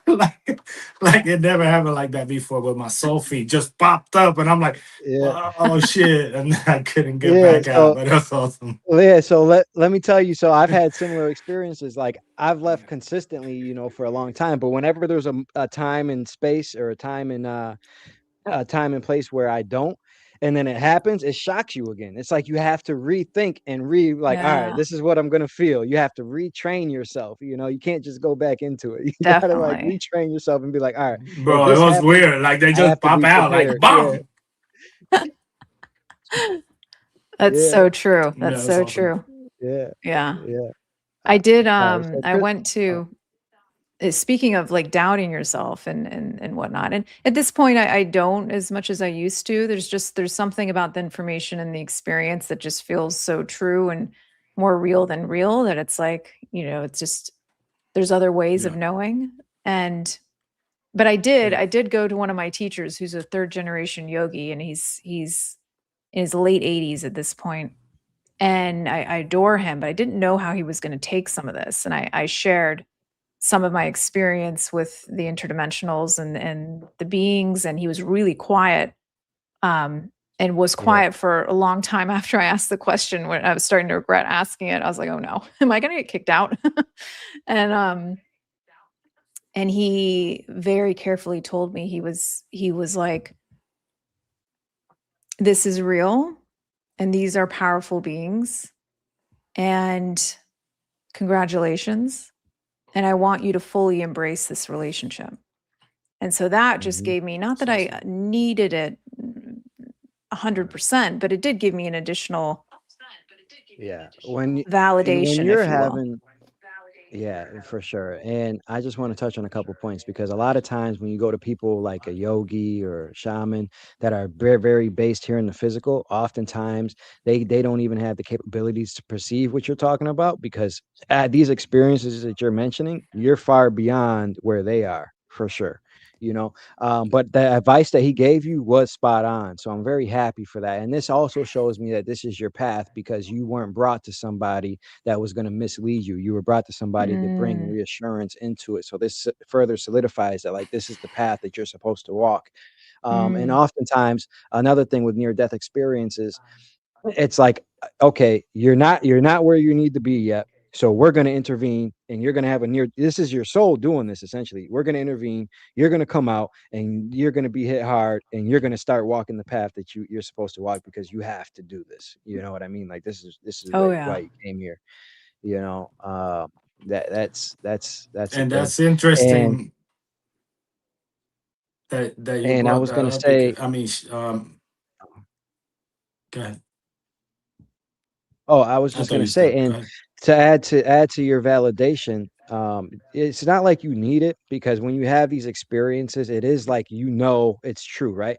But then when Yeah. you come out, it's like when you come back in this reality and nobody else is talking about it, it starts to Yeah. play tricks on you. It's like, wait, is this real or not? Totally. And that's 100%. Yeah. yeah.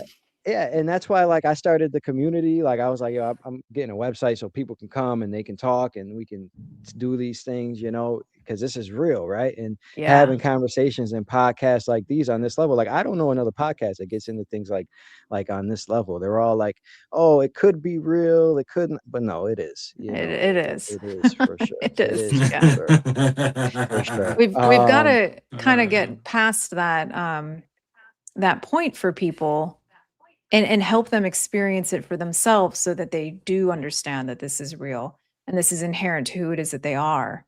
And that's going to catapult us forward as a species in a huge way. Yeah, yeah, for yeah. sure. So That's I love number one. practical things. That's that's the reason I ask about your meditation because I'm not doing this just to have a conversation. I'm doing this so that we can leave a memory behind to whoever's listening, and how, so that's why, practical Something that they can things. apply Uh, Something that they can Yeah. apply absolutely. now, right? Like, yeah, that's Yeah. why it's called Absolutely. IBENDEOBE. Bam came up with this idea because he was like, "All right," "All right, we're having all these experiences, but how do we bring this into the physical?" So he came up with IBENDEOBE, so we can discuss these things. Like I'm the OBE guy, I'm the astro guy, and then Bam is the guy that's going to tell you, "Okay, well, this is how we're going to integrate these things and these experiences in this Mm, physical body." You know what I mean? Because that's what it's all about. That's what we're all here for, and having these experiences is to come back and tell others, okay, you don't even necessarily have to have the experience that I had, but you can take the knowledge that I got from it and apply this aspect of it into your life, and you can reach these states and things like that. Yeah, yeah. So cool. yeah, So yeah. that being said, I like that you're working on your nervous system. That's something that is huge because our nervous system had or has taken control over our Mm, decision making, right? You have neurotransmitters, you got that cortisol that hits, and all of a sudden you're on fight or flight. You yeah. have all these all types of neurotransmitters that run through your column or your vertebrae and right. So Yeah. how are you working on on healing your nervous system, or how, what kind of what? I know you mentioned earlier breath work too. You said breath work was your best friend back then, or and I mean it Yeah. still is. I don't know. Just give us something. Yeah. Yeah. Yeah. It is. And you guys probably know this pretty deeply, but the nervous system has to be first, because if you don't feel safe, you have some sort of foundational safety, and that doesn't mean that you're comfortable. It just means that you can find some spaciousness, that you can get the nervous system into a state that you can then move from. And so I think that's what breath work does. I'm a big fan. It's simple. It's frustratingly simple sometimes. Big fan of the triangle breath. That's what I work with a lot. Each leg of that triangle breath, starting off with a count of 5 and holding at the top, moving through that breath, starting to expand it to a count of 20, which you can get to. It takes some time. Each leg of that triangle being a count of 20. And if you do that for even 10 breaths, you'll notice your system shift. And then it's from So- there So that you can start, like, you can tell start me, to expand. sorry, how does it, Yeah. how does it go? So you do 5 seconds up here. So Yeah. So if you exhale all the air out through your nose, inhale for a count of 5 through your nose, hold at the top for a count of 5, exhale through your nose for a count of 5, inhale for a count of 5, hold at the top for a count of 5, exhale through your nose for a count of 5. And if you start to work with that breath daily for a long time, you'll start to notice how it shifts based on your state that day. Sometimes the count of 5 will be super accessible. Other days it's going to be really hard. Some days you'll get to 20 on each one of those legs. Some days you'll be at 15. And so you start to build more awareness around your nervous system, your capacity, where your breath is moving. Most of us our breath is up here in the upper chest. If you don't even try and shift your breath, but you just notice where it is, a lot of times it's up here. And we know now because of the research that people's CO2 levels are related to anxiety levels. And so what breath work is doing is literally changing your biochemistry in the moment. And that starts to open up your capacity to then open up the aperture. If you don't do that, you're going to fight yourself more than you need to. That's very That's good. awesome. And your triangle technique, I've never done that or heard of that, but I will definitely try that and try to do it for the 20. And I feel like it's more easy to do it that way because what I practice is the box technique, the 4 4 4 4, where you breathe in for 4, hold it for 4, breathe out for 4, and then hold it for 4. But the triangle technique removes the where you hold it at the exhale, where you hold it, it removes that. So that way you'll be able to hold your breath longer. You see, but so that may be a good way to bring more oxygen into me because with the box technique, what I use that for is to simply just relax when I'm preparing to leave my body. But if I switch my goal to then being able to obtain more oxygen in here, because oxygen is all right. So if you guys don't know, in prior history before the last reset, there was more oxygen here. There was larger trees and things like that, and the oxygen is directly correlated to the abilities in the body. That's why we were larger back then. There's reports of giants being found and things like that because there was more oxygen. So here, what does this tell you? If we have the same physical bodies, but there's less oxygen here, that means that we need to do more work to bring the oxygen in, right? And I believe that's a great technique to do so. And that will also unlock things in the physical, not just calming your nervous system. So that's a great technique. Thank you for that. And it also helps move that cerebral spinal fluid we talked about, because the hold at the top is when you're holding the breath, and once you get more sophisticated, you introduce a slight pelvic tension. So like the muscles of elimination, if you pull that up and in, and you start to be able to hold that on the inhale, even maybe just with the first few breaths, that's accelerating. This is the yogis have known this for thousands of years. That's accelerating that central channel activation. And so that's why That's hard. I just tried it. It's tricky. I just tried it. That's that's weird. It takes some practice, but it is very powerful. But the not holding the breath out at the bottom, they all serve all breaths serve a very powerful purpose. But not holding it out at the bottom keeps that cerebral spinal fluid moving up. And so that's why I think of it more as an activating. It's calming the nervous system, but it's activating your energy body. That's awesome. That's so that's cool. very The good. book talks about And all yeah, that too. I'm like, what are you talking about? And like, it talks just like, you'll read it. Hopefully, whoever reads it. But Yeah, it talks love about to. that. It talks about, it's done already. I have to publish and all that stuff. But anyways, it talks about it. I'm like, what is this? And now, like, it's pretty cool. It's a lot of stuff there that I didn't know at all. Whatever. But it's pretty cool. Yeah, But go yeah. ahead, it's son. all important, Um, important knowledge. and yeah, and to touch while we're on this breathwork subject, I was doing some breath work one day. And I've never, really done these things, but as I was leaving my body, I'm like, all right, well, if that's true, then everything else that they say is true as well. So I'm like, all right, let me try this breath work thing. And I found this one technique where you take 2 deep breaths in and 1 deep breath out. And if you do this, like I'm talking all of your might, Oh, yeah, I like know what you're all of talking your might, about. yeah, and Yeah, control your breathing. Yeah, and then like in 5 or 10 minutes of doing that, your whole body will begin to vibrate. You'll lock up, you'll be yeah, like paralyzed. And it's a great opportunity once you reach that state to think of something and release it or activate something. If you're holding trauma in, if you yeah, do this technique where you breathe in, take 2 deep breaths in, but like it's with all of your might.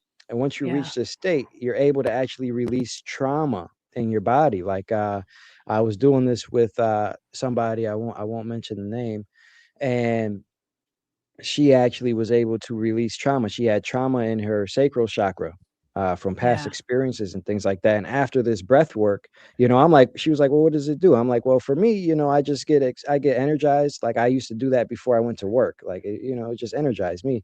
But so I didn't tell her like, hey, I didn't tell her like, hey, you may experience this. So after the breath work, she was like, her pelvis like locked up and like she felt it physically, and she was like, yeah. it's because I had trauma there, and she was able to release it. So like breath work is a very powerful tool, a very powerful It's so tool. powerful, and it's really interesting you mentioned that breath, because that's the breath I was doing after my near death experience to reset my nervous Mm, system and to release the trauma of being out of the body and the pain.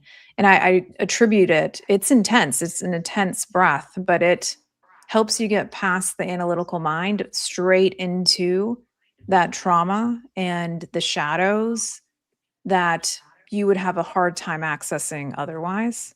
And so it was a big part of my healing. yeah, that's amazing. That adds further confirmation that like, so you use that to heal, your trauma, right? And it's Yeah. kind of just what I said. So like that's in alignment as well. Yeah, Yeah. it's very beautiful. It's very beautiful. So Crystal, We got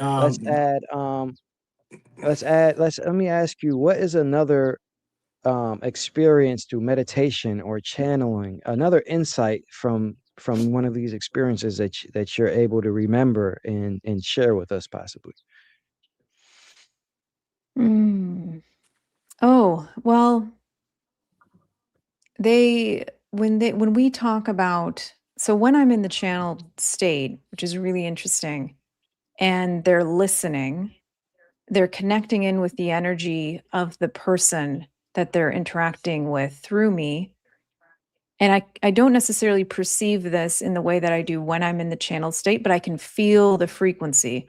I can feel somebody speaks and accesses certain beliefs and thoughts. I can feel it go up and then down, and they're very much paying attention to that, which is fascinating. But they have an interesting perspective on emotions. So we experience emotions here, and this experience is very visceral, it's very physical. And they perceive it as such a gift because they don't experience emotion in that way. They have experiences Hmm. of frequency, but they don't have that visceral emotional experience. So at one time when I was somebody I was channeling for, and I've only done it for friends and family so far, they were talking about the sadness that they were feeling. And the message that came through was like, oh, sadness, it's so interesting. They were just like fascinated by it.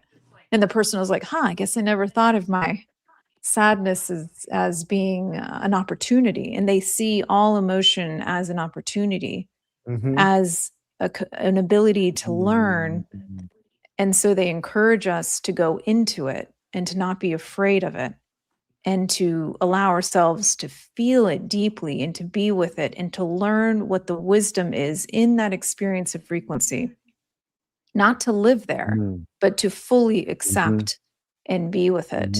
And then it naturally dissipates if you do that. It naturally moves you up the funnel of consciousness when you do that. And it's an ability that we all have, but many of us are so afraid of feeling that we push against it. And so it sticks with us. And that's what creates tension in the body and physical challenges is the lack of knowledge that that's how you can use emotions for your benefit and your It's wisdom. to feel it, integrate, sit with it, and then release it.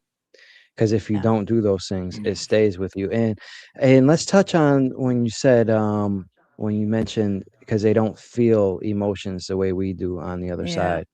And I'm going to go ahead and agree with that statement 100% because when I was out of my body, for me specifically, when I was viewing my other lifetimes and stuff, it was like I was feeling like happy. It was just like a frequency, like just a feeling, like it wasn't an emotion. It was just like a feeling, right? Right. It was just like I was just Exactly. so happy. And even when I was reviewing, things that I've done wrong or like was messed up, I was just like, well, why would I do that? Like that was stupid. But you also have this perspective like you're outside of the game and nothing really matters and things like that. So I'm going to go ahead and agree with that completely. Other people have said that, oh, it was the biggest pain that they've ever felt and things like that. But for me, it wasn't like that. It was just like, all right, I'm already in this high vibration. I messed up in this game, but it was just a temporary experience. And here, and this is why I was trying to explain how relationships here are so meaningful. And they're like, well, what do you mean? Isn't there unconditional love on the other side and things like that? I'm like, yes, there is. Like, but relationships here are so meaningful because it's like you're in this physicality and it's like you feel it more. Your emotions are more in tune. Like the physical touch is different. Now, the physical pleasures that you experience on the other side, there's still physical touch. There's still all of those things, but it's like you feel them differently here. It's just a difference. It's not like better or worse. It's just different, It's I would say. different. It's different. It's more visceral. Yeah. And they really want us to understand that we have so much more power than we think. And I did ask them about the state of the planet and where we're at. And they wanted to make it very clear that the perception that people have of Earth being a prison planet or like a negative experience is not how they see it. That's not the reality of being on the Earth. That it's like a master class. It's such a huge opportunity. The fact that you're here means you're a highly advanced being. You're just operating in a higher degree of separation, which they see We're as an God's here in opportunity. forgetfulness. Yeah, we're God's here in Absolutely. forgetfulness.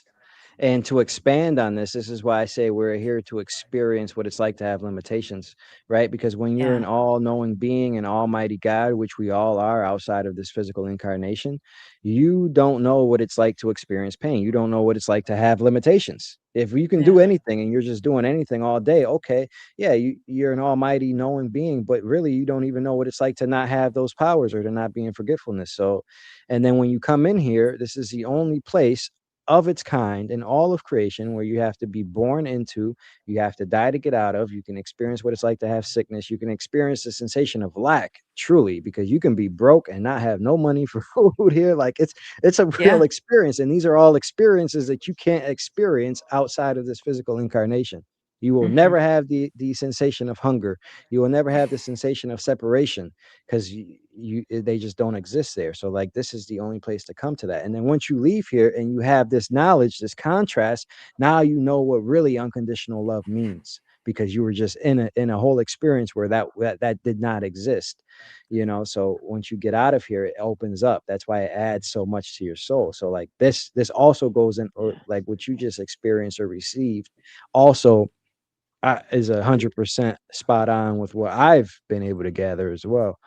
It's very spot on. Yeah. Yeah. It's such a gift. And so I think they also want us to take some responsibility for our earthly leadership, which I thought was interesting. To not look at the leadership Wow. on the planet as being outside of us because that's giving away Mhm, our power, but to realize mhm. that the leadership is us and to take responsibility for it. And for me at least, hearing that or feeling that was really interesting. Like, okay, we're in this together. We're all a part of this and we don't need to give our power away. And that, Mhm.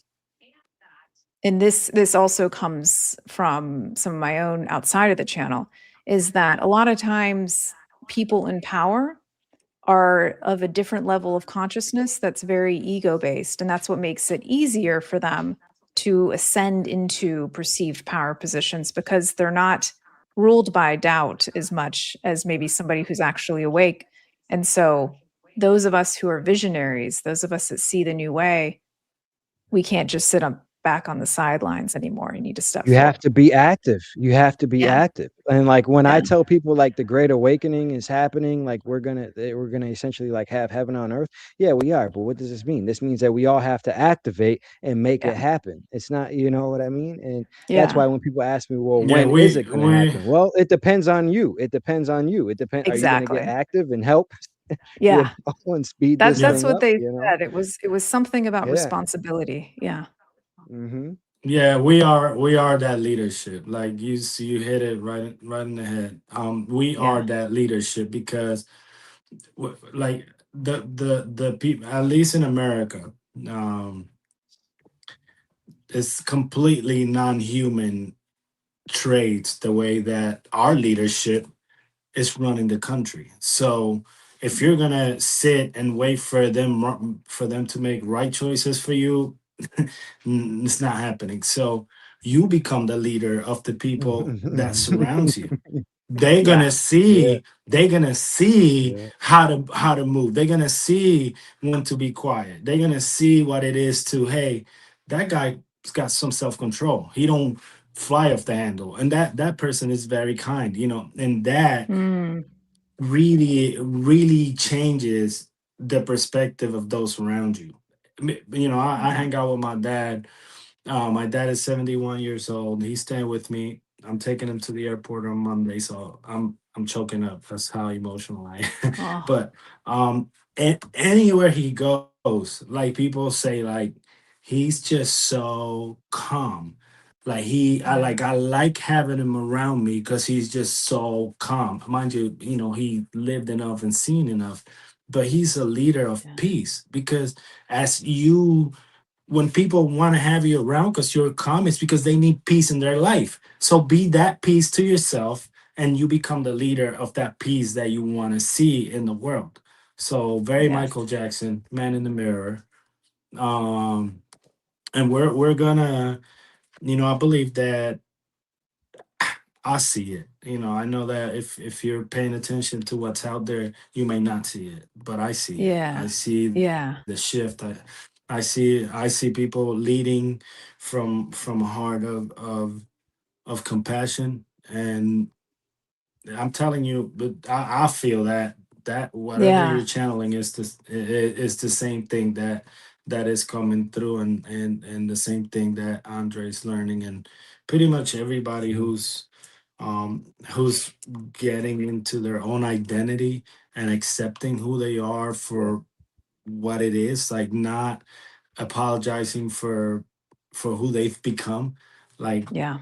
anyone who's sitting on that place of authenticity, they're really being a leader for those watching. So are we gonna open it up for Yeah. questions soon, Yeah, Love that. Andre? yeah, we can open it up for questions. I just have a few closing statements to say before we do so. And one of these being Crystal, thank you so much, and I would love to have you back on. Thank And you. I would like to Thank you. say this message Mm. is for a long time, I was kind of shunning like channeling and things of that nature or anything in the physical because, and I was like, oh, the out of body state is the only way. But what I learned was that's not true. That perspective and the person selling that narrative was just trying to sell their program. You see? Mm. Yeah. So, but all of these things are very true, and they are very real. And don't shut or shut any of these things down, you see, Yeah. because all of these things unlock things, and they're all communication with the other side. And the more that you trust it, the more that you believe in it, the more you will be able to realize that these things are all true, you see. And like the downloads that you're receiving are spot on, 100% true. And just thank you so much for that. And I think it's really a beautiful gift, because when I'm out of my body, I am able to channel, or when I come back after an out of body experience, I'm able to channel and pick up on fields, and basically like a psychic could do, you know what I mean? Yeah. So Absolutely. it's very beautiful, and it's very real, for Yeah. sure. So I Thank just you. want to thank you so much for coming here, and your experiences are very beautiful, and I would love to do more work with you in the future for sure. Absolutely. Yeah, it's been a delight, Yeah. truly, to be with you guys today. Oh, thank you. Yeah, Thank and you. yeah. So It's our at this pleasure. time, guys, yeah, let's open it up for a Q&A. We have somebody here who is a very analytical thinker, who had a near-death experience, who's able to channel, higher beings of existence. So she does have some knowledge. So feel free to post your comments or your questions in the comment section, and I'm sure Crystal will be more than happy to answer them. Um, yeah. So Happy as to. we wait for So the questions to come in, go ahead, Ben. I just wanted to, well, because you said when you were young that you were having experiences. When I was a toddler, I used to see beings in my house, and my dad and my mom remind me of it. It was angels I used to see, and they Ah, were like men. They were like men of different races in every door in my house, and they reminded me of this. Like this is I was that little that I don't. But what kind of experiences you had when you were little or a kid? interestingly, I didn't have much contact when I was little. I didn't grow up seeing ghosts. It was pretty shut off growing up. I did have a feeling that there was more, and I was definitely one of those Mhm. kids that was just kind of different. And, once I started getting deeper into meditation in my 20s, I did start to perceive ghosts, or what I call disembodied consciousness. Because I think when you start to awaken, it's almost like a realm you pass through, this ability to perceive more as you awaken. And so I developed at first it was kind of scary, and I also experienced some dark entities. Those are real. They're a part of this experience. But I don't experience those dark entities anymore, because I think once you pass that frequency, they're really not able to meet you anymore. But I have an appreciation for those realms because it teaches you your power, and that ghosts really are just patterns of energy left behind to their compulsions.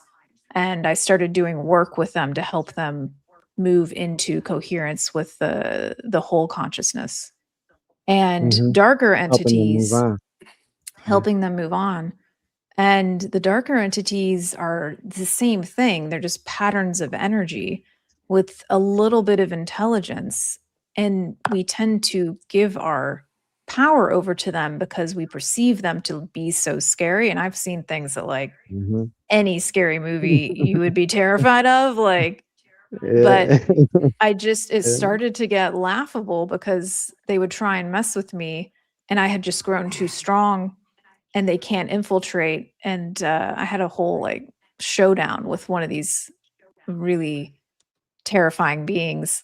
But it was just almost kind of funny and comical at a point, because I was like, you can't, I know my light, I know who I am, and that's what Yeah. that realm asks of us. And if we're still in our fear, I totally understand that, but just know that that's what that experience is asking of you, is for you to realize your power. And as soon as you do, they're not compatible with your It's like experience they anymore. fall. Not It's not like the only whole thing will just not go away. Yeah.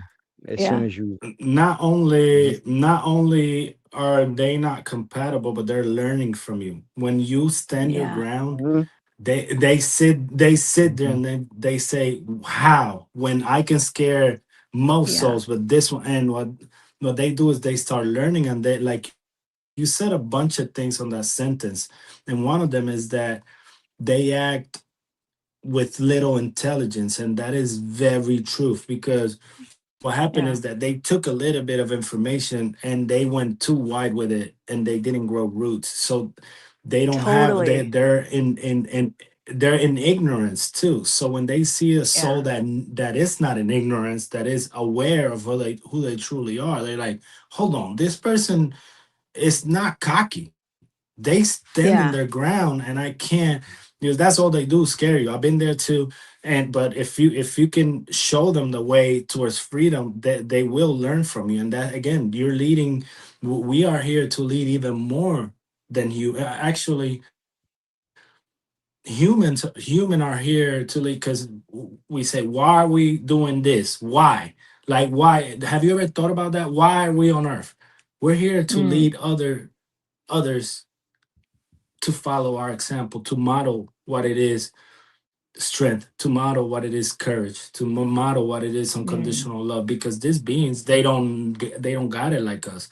When you have these channels talking about emotion, yeah, they don't have it like us, because we have it to guide us. Like, emotions are not supposed to take you anywhere. They're supposed to guide you. They tell you, hey, that sadness is because you're thinking this, and you can hmm, bring it back, experience it. But that is, that's why we're advanced, because we already are leaders. We can model what others should be like. And these beings are, that's whenever they're around, I'll tell them, like, you got to sit here and learn, or if you don't want to learn, you can go now. And they learn. I love that perspective. Yeah. I've never thought of it as they're learning from you, but that makes total sense to me. But Yeah. Yeah, because it's fresh, it's new, another it's fresh. Because, hold on, Andre. What happened is that we have been conditioned to have enemies. We have been conditioned to Mm, say, I'm greater than you, and you're evil, and I'm good, and that's not it. We're at a point yeah, in time now where everything is merging, so you can't see them as your enemy. You can't see them as them coming after you, or yeah, the makers of evil, or the makers of pain and suffering. None of that. We have to yeah. drop all judgment, because if not, unconditional love is not going to flourish in the way that humanity needs it in this stage. Go ahead, Totally Andre. I'm agree. sorry. yeah. Because when you're in your power, you're in your love. That's the state of Hmm. being that you're in. So Hmm. that makes complete sense. Yeah, and everything that you guys just said, I actually just did a video on this. What it can be boiled down to at its fundamental truth is the dark entities are just in forgetfulness, because when you're in remembrance of who you are in complete love, unconditional love. Yeah. You are the light, right? So darkness is in forgetfulness. That's how they can Ignorance. be described as, yeah, Yeah. ignorance. You see, and that's why they learn, and things like that. You're helping them to remember, get back to the truth of things, is that, hey, we're all one, we're Yeah. all unconditional love, and all of those things. Yeah. All right, so we got some questions that came in. um uh Jeffrey asks, Crystal, how often do you get these encounters or downloads? If you are having these meditations up to 4 hours, which is Mm. impressive, by the way. Mm. I Jeffrey, agree. it used to be once in a while. But in the last year, 2 years, it's accelerated to almost daily, to be honest with you. So it's a lot to integrate and practice, and that's why I spend so much time in my practice, is to not just expand out into the experience, but then I do the work towards the end to bring it down into the physical, which also takes some time. So that's why I've carved out, even in the evenings, most days, to really carve out that time. So the downloads are pretty ongoing at this point. Good. Yeah, I can sense that in you. For sure. And the other thing I'll mention, because this wants to Stupid. come through too, is the ET contact. So the channel is a download through interdimensional, highly evolved consciousness. There's a few levels down from there. They also have a relationship with these more physical ETs who are also interdimensional. And there's a grassroots approach to contact that's happening on the planet right now that they're also a part of in collaboration with these beings. And they are very much in my experience right now, almost daily. I have some form of communication with these other beings who are in physical ships, like outside my house a lot. So I'm learning in that realm as well. Yeah, they are on it right now. So that's also when interesting. you say that's very true as well, because, you know, where do you think the ETs get their knowledge from? Because they come in forgetfulness as well. They just have evolved to a point where they're able to channel and you know, and they are interdimensional. And to break this down for people, because I try to make sense of reality in a way. When we say that they're interdimensional, what does this mean? This means that they're able to traverse the realms, right? Because they're in a higher realm than us, realm 2. So when we say that they're interdimensional, it means that they're able to shift from their realm, their world, into ours. You see, they can materialize here as well. Some of them are here. But yeah, for sure. Yeah, they are. So Bam Irene asks, Irene asks, did you say to work up to 20 for the triangle breathing? Did you say to work up to 20 repetitions or work up to a count of 20 starting at 5? So really both. So if you work up to start with a repetition of 10, so 10 full triangle breaths, and then start to play with a repetition of 10 with a count of 5 per leg of that triangle, and then start to work with that repetition of 10 to expand the count on each leg of the triangle. Start with 5, work to 10, work to 15, see if you can get to 20. And when you do the count, you don't have to do it like 1 Mississippi, 2 Mississippi. You can go 1, 2, 3, 4, 5. It doesn't have to be rhythmic. It's rhythmic. It's rhythmic. Yeah. And the multiple things are happening there. You're increasing your relationship with your breath, so you have more awareness of how it's moving. You're shifting that. And then once you get comfortable with that, start to work up towards a repetition of 20 and do the same thing with the length of 5, 10, 15, 20. And that, I'm really bluntly, that'll change your life, that breath, if you stick with it. So what you're saying is, when you're talking about the 5, so what you're saying is you would breathe in for 10 and then hold it for 5 and then breathe out for 10? So I do equal legs equal. of the breath for timing. So inhale for 5, hold for 5, exhale for 5, inhale for 5. So all legs of the triangle are equal in breath. And then you're playing with extending the length of each one of those legs of the triangle over time. But to make it really easy at first, do a count of 5 for each of the 3 elements of the breath. Do a repetition of 10 of those and see how you feel. Oh, I see. Yeah. Okay. So we have another question. Seeker Consciousness asks, can you explain more on helping out these spirits, please? Oh. Yeah. Ooh, I like that question. I haven't shared this with too many people. So what I experienced with the ghost realm is that most of the kind of fragmented consciousness, it's loving, it's just confused. And I don't fully understand how it all happens. All I know is that when I go into that realm, and what I do is in the astral, go into that realm and I can meet them, I talk with them, I get invited places. So that was really trippy. All of a sudden I'll end up in somebody's home or an old home. And the most maybe useful experience that I'll share, I got called into a home. There was one ghost there, and she showed me, I got to see her entire life.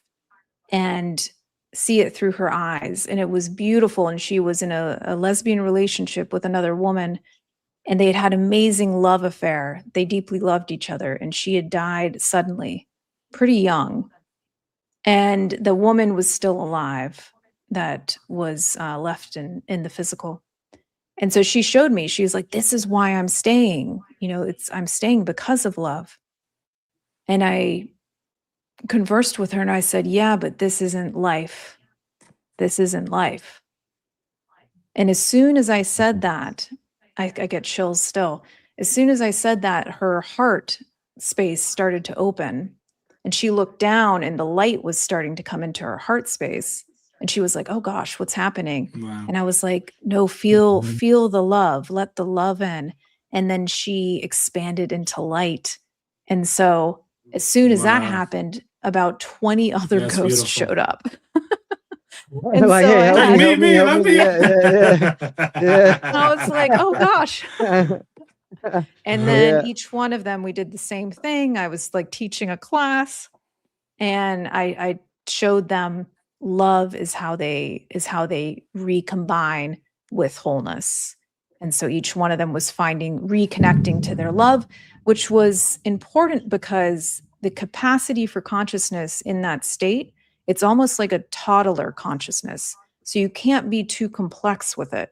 You have to be very simple, as though you're Because they have to interacting with wake a up and toddler. remember it themselves. Yeah. Yeah. And to help people understand this a little bit, because, this can put people into fear, like, oh, when I die, could I be a lost soul and things like that? Well, the bottom line truth is, your thoughts go with you when you die. When you have an out-of-body experience and near-death experience, your level of consciousness and your thoughts go with you. So if you're asleep here, it is possible for you to still be in that slumber there and not know these things until you're able to ask for it or open up. This also plays into the fact that we are our own ultimate authority and creators of our reality. So until you're ready to open up to it, or something sparks you to remember and be like, oh yeah, there is more. Or if you're too if you hold too much pain or stress here, you're going to stay close to the physical realm, because you're going to be checking on your loved ones, or you're going to be tied to Yeah. here if you have too many physical desires or things like that.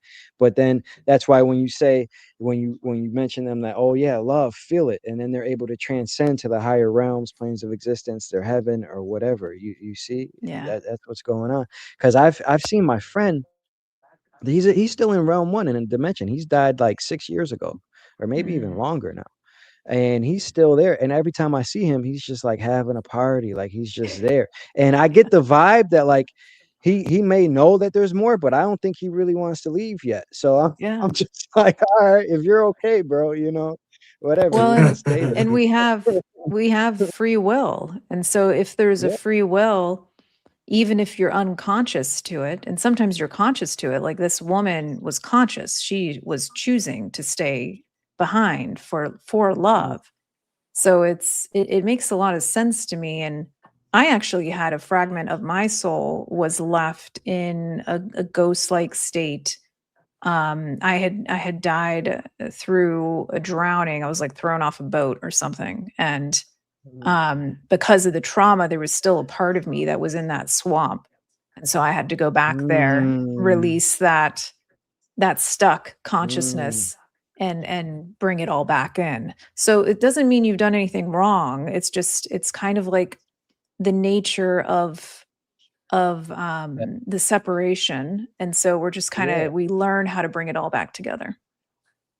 Yeah, it's just, and it just boils down to that you are your own free will. And I believe that everybody here listening, like, there's enough gems in this episode alone to, when they do experience this, because we all will experience this one day.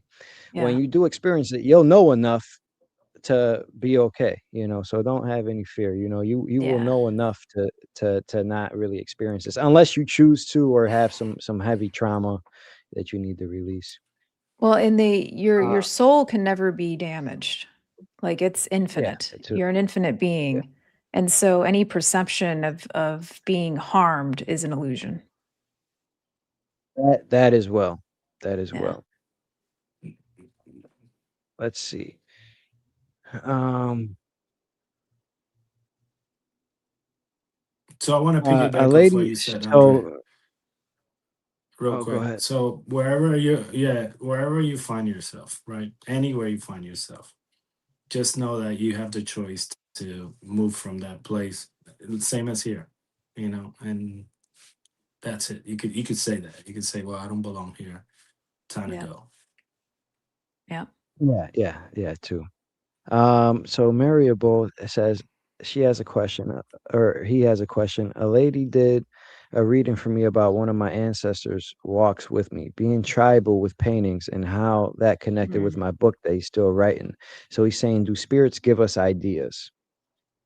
Oh yeah, for sure. 100%.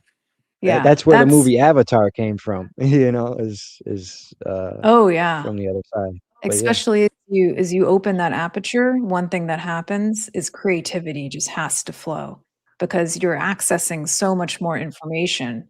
It's like it's a compulsion, like you need to create something. And so I very much I'm writing or I'm just about done with a science fiction novel, and it's been absolutely Nice. a co-creation. It's I haven't written I it by may myself. read that. I don't Yeah. really read too many people's work, but I read yours because I know you're in tune. I'm For excited sure. about it. Yeah. Yeah, and what you said about you have to be creative. This is very important aspect because when you're channeling these things, the analytical mind and the need to think logically like humans do will limit things. So just let it flow. Don't think Yeah. too much. So when it comes to you, just do it. Whatever you get. You can make sense of it later after the channeling session's over. But whatever Yeah. you get, just write it down and take pieces of it. Yeah, because Yeah, it's you're bringing important. something new into this dimension. You're bringing it from the unmanifest into the manifest, and there's there's guides. The indigenous people of this planet are a huge component of a lot of that creativity. Us better understanding their experience and their deep, deep wisdom. So I got a little ping there on that question and the indigenous wisdom, which is wanting to come in more fully into her experience now. So it's really important. Beautiful. Beautiful. Tokyo Nick Tokyo one key says, please tell more about meeting Ra in the pyramids. That's a good one. Yeah, it's a unique energy. I've never encountered anything quite like it. It stands alone in that way. It feels really big, and I wish there were better words to share with you the feeling of Yeah, vastness. yeah. It feels like pure vastness and spaciousness and Mhm. a ton of intelligence and authority. And Ra comes through with a lot of authority. I And am Ra. yeah, yeah. Yeah. I'm like, all right, Yeah. got it, you know? Yeah. There's it's unique, Yeah. right? I've never experienced Yeah. anything like Yeah. that. And he also told me that was a first introduction, and he will be a part of my experience when the time is right. I don't know when that time is, but that was a first meeting, and the big message was it was almost a little cheeky, now you'll understand what it really means to create. And it was a little bit of a challenge. There was a challenge associated with that message too, of like, buckle up, buttercup, Like, Yeah. I say that all the Go time. Buckle create. up, because it's yeah, it's gonna it's gonna be a ride. it's gonna Yeah, be a ride. yeah, Yeah, yeah. It's gonna yeah, be a ride. Buckle up. Yeah. yeah, And when you say that you don't really have the words to describe it, I know that feeling because when you're yeah. describing it, it's like this doesn't do it justice to like what I felt. But Well, from it somebody that doesn't. experienced it, I can say that like as you're saying those words, like I know exactly what you mean. Like Yeah, it's just a massive energy. Yeah, it's it's massive. eh, Yeah. yeah. And I think there is Um, something, like I said, there's something about the King's Chamber that is a device that I think allows you to become more interdimensional than your base state. And for me, again, I felt all of my lifetimes coming down into one thread. And there was something about that. And there was something about all the information needed is brought in at like a cellular level into the body. I don't fully understand it, but but that was another big Yeah. component of the experience. Now, let me talk on the King's Chamber because I was actually there in the physical. Like, I actually went there in the physical, and I I went was there about after to having ask these you. out of body. I went there after having these out of body experiences and being there and was like, yo, this place is so magical. It's so high frequency. Like, Hmm. I'm going to go there and unlock something in the physical, right? Well, when I was there, I was actually inside the King's Chamber physically, but the environment in Egypt right now is so hostile because of the people there are in such lack. Mm. It creates a hostile environment. Like, it's so hard to be at peace there when you're doing these things because everybody's nagging. When you're in the King's Chamber physically, there's a guy there asking you for money, and if you give him $5, he looks at you like, what's this? Give me more. And Mm. you're like, come on, dude, like, I'm just here trying to experience. It's intense. But so I just want to say, like, if you're trying to go there in the physical, it's almost not worth it. Like, I would rather just go there out of my body, or in a Yeah, I mean, trance or I something. went with Billy Carson last year, and Oh, Oh, did you? Did you? yeah, Oh, that was yeah. how was that? How was his experience? Because I was wondering, like, how is he able to maneuver this environment? Was He's it got some well, great they contacts. That's the only way to do Mm, it, and is some sort of tour like that. And we had private yeah. access, and yeah, that's a that's what it game is. changer. Yeah, Yeah, I was able Yeah. to go to places too with private access. You pay somebody off, they'll put you somewhere where yeah, they don't yeah. You are usually paying a take the lot of people general off, public. Yeah, you pay them off and they'll be like, okay, the general public can't come here, but you can but you because you gave me can. $50. Yeah, Like, all it's a right. weird Yeah, but exchange. It's a weird exchange. Yeah, yeah. But that's nice. So you were there physically as well. yeah, yeah. Yeah, nice, nice. Yeah. Um, all right. So Leeson asks, can we relate to him or her? I'm not sure. I'll get a Mm. random download or memory during the day when I'm doing something that is sort of mindless, and the download will be in the form of a visual place he's been. Yeah, Mm. for sure. That's a typical vision. I would say Hmm. typical vision, a download. Yeah. When those experiences happen, I will say, just tap into it, feel where you are in the moment and feel what that message is trying to tell you. Something important may be trying to come through. This may be the start of like a psychic journey, or tapping into the other side for sure. Yeah, I agree. Start to take yourself seriously in that regard.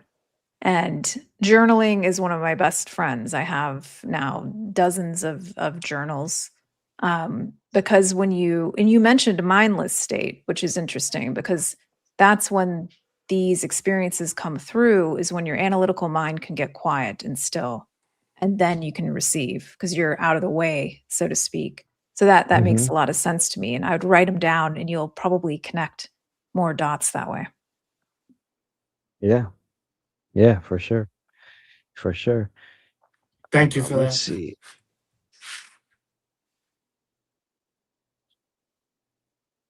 Let's see if there's another one. Yeah, I think that's all the questions that we have. Oh, Great questions. can you talk to animals and wildlife? Hmm. Hmm. Well, my cat is a big part of my spiritual family. He was there for the interdimensional manifestation and seems very, very connected. And I joked around that he's named Hubble, and he's gray. Mm. And I joke around that he's like a That's so space cool. cat. But I'm like, the more I've gotten to know this cat, I'm like, I think you Mm. actually are a space cat. Yeah, he's from there. And that's He's very from You there, true. yeah. learn. Yeah, it's very true. Yeah. When I'm out of my body, I used to have a cat. When I was out of my body, she would see me. Sometimes my dogs would see me sometimes. So they're very in tune. They're kind of like kids. And it's because and the only difference between kids and dogs, why they're able to see the other side and we cannot, most people cannot, some people can, is because our conditioning makes us not to, because you're taught this Yeah. is reality, this is all there is. And it's your belief in that and your interaction with this reality that cuts you off. So as you're able to step out of that, if you can get back to a childlike state, thinking all things are possible, or to not think analytically like a dog does or something, you're going to be able to see these things. Yeah. It's Absolutely. innocence. Innocence. Innocence. Yeah. We need to get to that place of innocence where no one can harm you, where you're not holding any grudges, where you can play freely with others, where you can Yeah. have a disagreement, then you're playing 2 minutes later. That's childlike. So innocence. Oh, Yeah. so I missed a question. Holy John asks, what do you say to people who doubt this? Perhaps scientists who Mm. tie these experiences to something like a controlled dream. Are you able to do this with other people to verify this isn't subjective? Mm.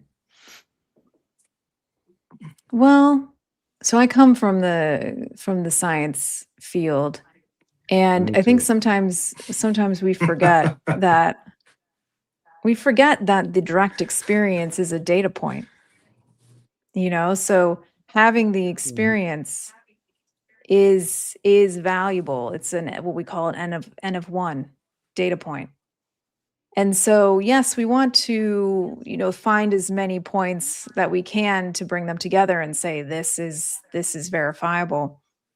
And to some degree, yes. So I've brought people out in the desert and we've done meditations to connect with interdimensionals, and they do show up. And so other people have that experience. It's not just me experiencing these Mhm. these beings. And so that's a collective experience. And in the channeled state, what I hear from people who are in the channel experience with me is that it's a almost altered state experience. And so you start to notice these patterns. And I love to understand the science of consciousness. I think we're going to more deeply understand that in the years to come. I have some quantum physicist friends that are working in that space, and it's very exciting. And we're getting closer to really better understanding that this is a field-based experience. And like what Andre was saying, we receive and interact with consciousness, and it's fundamental to this universe. It's the building block. And so there are Yeah. things that I experience that I can't verify in the realm of the third dimension. And I think it's valid to admit that. Doesn't make it mean it's not real? No. And that's for you to find out. That's for you to go into your experience and have these experiences for yourself. And that's the best way of knowing is through direct experience. And we'll start to Yeah. understand that there's one way of knowing in this dimension, which is, scientists have a hard time with this because up until this point, we've created an experiment in a petri dish. We look down at it, we try and develop a hypothesis around what's going to happen in that petri dish, and we try and take ourselves out of it and say, this, okay, now I can prove that X, Y, and Z happened. And what we're discovering is that's true in a limited experience, but you can't take the scientist looking down into the petri dish out of the equation. That's what's so frustrating about quantum mechanics Yeah. is they're realizing, Yeah. oh, We can't. I'm intertwined with the petri dish. You The can't take yourself observer. out of The it. observer. Yeah. The So observer I is the think yeah.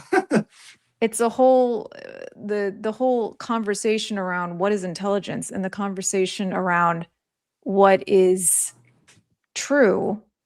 I mean, I think it's just going to vastly change, and the way that it's going to change is through your own experience and for you to go into those realms and start to Mhm. know and not rely so much on belief. I'm not a big fan. I mean, beliefs are important. You can use them to rewire your reality, but knowing is where it's really at, and that's through direct experience. No, I agree with that 100% because when I was first having these me too. experiences, I was trying to describe them to people and stuff, and they were like, "Well, I don't get it. What is it?"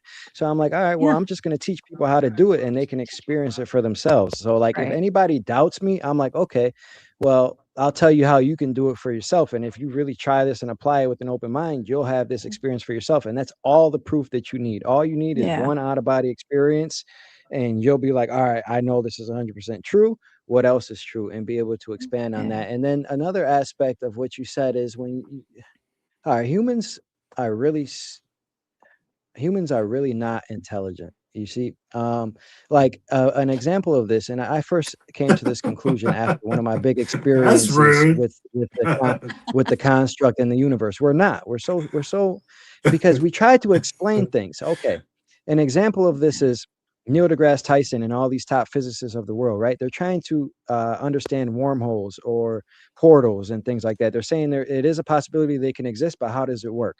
All right, well, I've out of my body, I've actually gone through portals. So how Yeah. they work, it doesn't even matter. They're just there. They're just created by They work. consciousness. Yeah. So yeah, so trying to explain this, like, you don't need to know how your car works to get in it and drive it, right? You just Mm, create it. And outside of your body, you just create things, you manifest things instantly, right? So like a portal yeah. can be manifested instantly. So trying to explain this and manipulate it into human words and stuff, it's kind of not necessary. It's like, okay, we're trying to figure out what makes the sun in the sky, what creates that. Well, literally what created it was a being outside of the constraints of this physical reality said, hey, I'm going to put a sun in the sky. And then there literally just was. But trying to Yeah. explain it in mathematical terms, that's a human creation. Mathematics, physics, science, these are all human creations to try to explain the world that we're in, when really all you need to do is tap into yourself and realize that consciousness is the source of everything. So that's Yeah. kind of one thing that I've figured out. But also, I have also tried to explain things in human terms for people, like like the mechanics of the realm, and trying to classify things for people, because that is how we think. But Yeah. ultimately, I found that it's just not needed. Like, you can just experience it, and then once you understand that, okay, consciousness is the source of all things, there's no need to explain it, because it just is. You just are, Yeah. kind of, Yeah. you know. And Yeah. similar to I love everything you just said was really, really important. And it echoes what the collective says as well, is again, don't give your power over to belief or to person. We can, teachers, guides, we can point to the star and we can say, hey, look, it's pretty cool over there. You might want to check that out.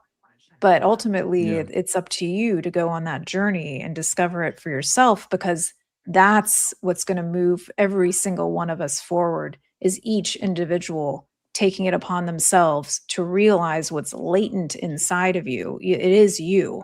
You're just realizing it. It's And you. so It's you. a very personal experience. And so, and every awakening journey, every journey into those realms will be unique in some ways. And so that's for you Hmm. to And experience. that's the cool part about it. And that's why I touched on identity earlier. Like, your experience is never ever ever going to be the same as anyone else's. You have your own journey that you have walked. You're going to interpret things differently. You're going to communicate with different people. It's just trusting that you can that you can embody that which you are. And now, when the only portal I've been through, it was the time I was remember Andre was on my field. I was practicing and I was talking to him on my field. He don't remember this. I don't know how he was on my field, but I was out the body. I You get half remember, of. Andre? Yeah, Yeah, yeah, he. yeah, yeah. Um, so I look to the side. I'm out the body, and I look, and I see this little quarter size, like, hole, like Portal, right? light, Opening and up, yeah. yeah, portal. As soon as I looked at it, I went feet first. Yeah. Yeah, and I was in another dimension. There's a video on that much. I don't know which video it is, but go watch it. But anyways, I think you got any more questions, Andre? Yeah, yeah, we do. So this one is good because it's the same thing for me. Like, I came from a science background and now I'm doing this. Yeah. Crystal, Jeffries asked, Crystal, are you still in the field and how are you navigating knowing what you know? He Yeah. asked this because he's a forensic investigator and he thinks he's going to find it Mm. hard. It is. It does get hard. I feel you, and I feel you, Jeffrey. So when my near death experience happened, so I worked in pharmaceuticals. Discovered I was like, this is not the place for me.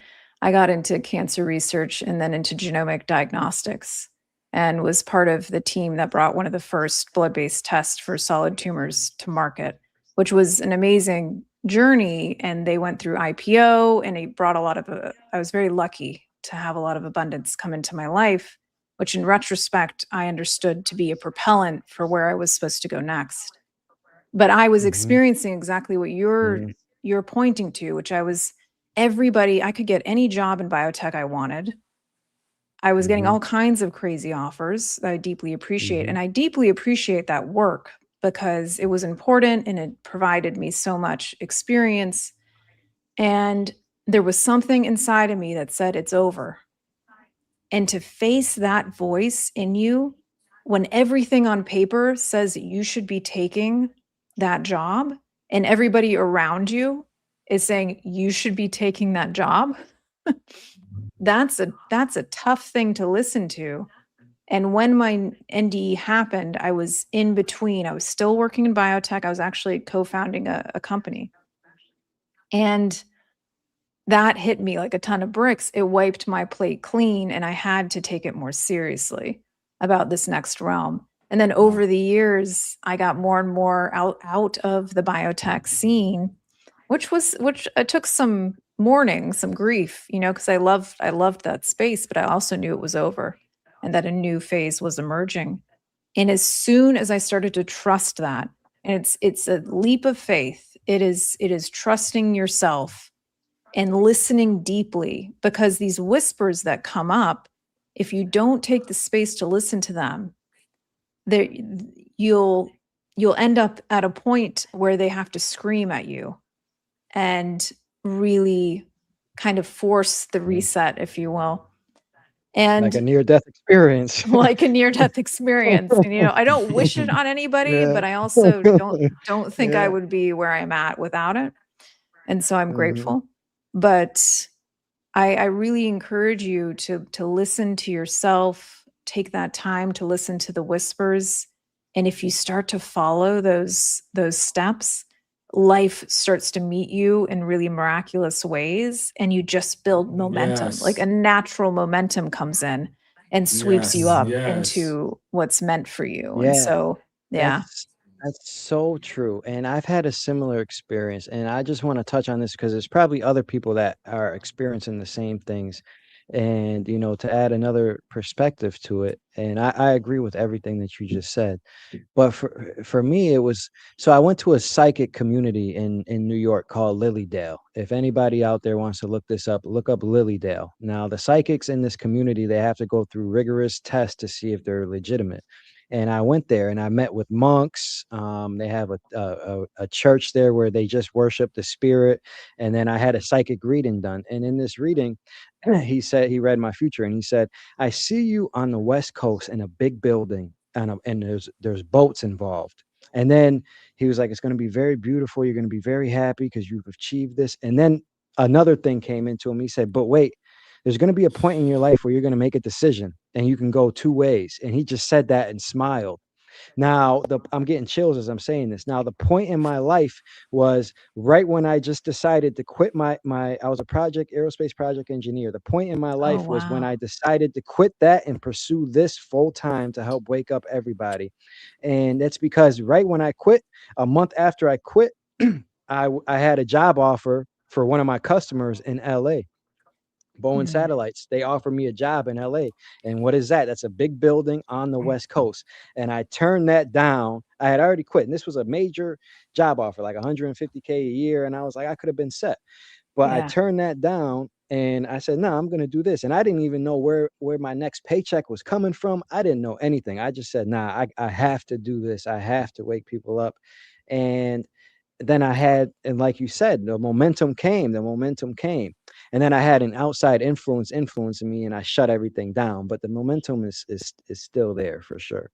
For sure. Absolutely. Absolutely. And you don't have to be like, I own my business and I have zero motivation to grow it. You know what I mean? So the field doesn't matter where you're at. Yeah. It's what you allow to drive you. And it's gonna happen Mm, like Crystal was saying, you're gonna have little, like, you don't have to rush anything. All you need to do yeah. is right where you're at, embrace what's coming to you. And you don't have Yeah. to share with anybody. Just make a mental note, get your journal app, like whatever it is that you're experiencing. Because I had like, I make money too. I make good money in my business, but I have Yeah. zero desire to scale to, like, people say, okay, Mhm. I'm gonna hire another crew. No, I don't want none of that. I'm you know what I mean? Because it's Yeah. something deeper inside you telling you go, go, go. But the thing is that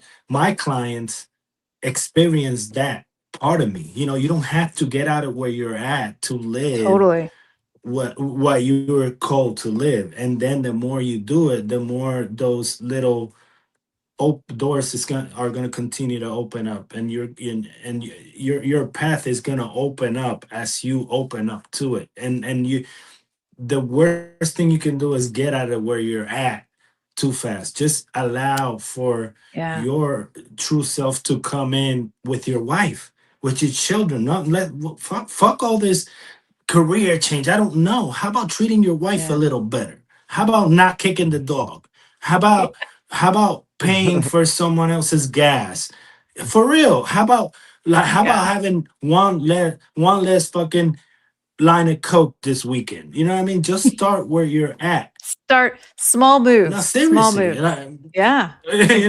for real. Like we're Yeah, Yeah. here, start where we're you here are. talking Yeah, about the Yeah. where are other you? side. Yeah. For Yeah. real, because you hear us talking, but I've been in this road for 20 something years nonstop. Like, I haven't taken a Yeah. break from knowing who I am and ascending. And it's taken me prison, it's taken me divorce, it's taken me separation, it's taken Yeah. me all of life, depression, and you name it. But don't stop moving. You don't have to make any sudden changes. Just stop to take one step today and another one Yeah. tomorrow. Put a Yeah, nickel there, a that's dollar true. there, and Now, Yeah. this is also how manifestation works, or when you're trying to build anything, right? If you're trying to build a large wall, what are you going to do? You're not going to just build the whole wall. No, you're going to build it one brick at Mm. a time, you see, yeah. until you lay one brick today, another brick tomorrow, another brick the next day. And then eventually Mm. you're going to look back and turn around and be like, wow, I have a whole wall. Now it's time to cross, or a whole bridge, or and anything. Yeah. Now it's time to and cross. and let me add, and things are accelerating too. Don't feel like Yeah. it's gonna take you as long as me or anybody else. No, if you Mm. really start with your breath work, like, start making space, because that's the thing. I have a beef with this, but you hear something and now you're gonna go to the next live and take zero action. No, you have to put a little action. Mm. You have to at some point say, I'm gonna stop, like, you know putting all this, like, taking all this input in. Like, no, Yeah. there's got to be a point where you got to shut the fuck up, shut it, like, for a little bit, be quiet and allow for it to work. Like, you can't just Yeah. keep on taking information in and making no moves, because we are Mm. what moves the times. You are going to move the times when you make those choices for yourself. So yeah, all this sound great, but none of us woke up there. We have to make Yeah. the decision. That's why Crystal keeps saying they don't want us to give our power away. Because it's your power, in your strength. You have to deny yourself. You gotta. Why she grieved? Because she put a freaking career, a company that was going. I'm losing shit that other people put value to. What do you Yeah. put value to? And some of them things, you have to bury them. You're gonna have to bury them eventually, so that new things come to the surface. The old has to make In way for order the to new. build the new, But the if you old has keep to fall. Yeah. Yeah. yes, so make room in your day for silence. Make room for connection. Make room to enrich your life, and your family's life. You all have a family, a friend. Be kind to the people around you. Be nice to the people around you. That's a great start. And do a little breath work and one less line of Do a coke. little breath Okay. work. I love it. Amen. Amen. That Um, was beautiful. let's Yeah, all right. We do you have some time, Crystal? We do have a couple more questions. Yeah, sure. All right, just a couple more. We can make these quick. Catalina asks, "Are stargates portals?" I'll answer that real quick. Yes, they are. Mm. Player One Voice says, "Oh, things are simple on the other side. They are. It's hard to exist here when you literally limitless." Yeah, that's a great way to put it. So one Yeah. last question. We'll answer this last one from the Soul's Advocate, my guy Fabian. He asks, "Have you?" She has had a Kundalini, but Mm. Fabian. his question is there any harm to having them several times per week? Ooh, a lot to that question. So, hmm. So once the Kundalini, which is I really do think of it as a needed dam at the very base of your central channel. We all have this capacity, but it's protective because until you're ready, you shouldn't be moving that much energy. That's why yoga, meditation, all these practices were developed, is to prepare your system for that increase in wattage, basically. And Mhm. so when that dam is removed and you start being able to consciously move that energy, for me, it happened with my first few centers first. And I had the oneness experience and all of that. And then it moved slowly from center to center over a few years, which I really deeply appreciate because I got to really understand that evolution. So I don't think there's, to answer your question, I don't think there's any harm in it moving. Mine moves at different times of the day all the time at this point, especially when the channel's involved, especially when extraterrestrial ships are around, and when I consciously decide to move more energy. So I don't think there's damage. There's a whole conversation to be had about Kundalini activations. If you have an activation and are not prepared with your nervous system, it can be overwhelming. That just means you have more work to do on the other side with the integration part of it. Mhm. I believe that you're never delivered something that you're not ready for on some level. Mhm. And so even if it is a little traumatic and intense, there is a part of you that was ready for that. And that might have been the way you have to receive it. But a lot of this power is, again, in your hands in how you move your energy. And so be the spiritual scientist, experiment and see what works for you. But I don't think there's any damage in it now. Mhm. I mean, be Very prepared beautifully said. if you're moving the Kundalini, your central channel a lot, your external life is going to change. So just be prepared Yeah, for that. yeah. I agree with everything you just said. Very beautifully That's said. Fabian. So Fabian is a recovering liar. We had him on the podcast. Go check that episode. He's amazing. yeah. Congratulations. Go ahead, Andre. Yeah. No, that's it. That's all I was gonna say. So Recovered Crystal, for being where a can people recovering liar. work? Yeah. Yeah. Yeah. Absolutely. So Congratulations. absolutely. Yeah. Go ahead. But yeah, so Crystal, where can people find more from you? Mm. You can find some of my work is in SoulPod. So SoulPod app on iOS.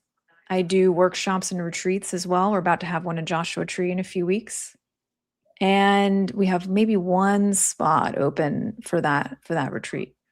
And you can find more about me on soulpodapp.com. I'm also on Substack, where I put out a weekly newsletter about what I'm feeling, what the channel's coming through with, and SoulPod on YouTube as well.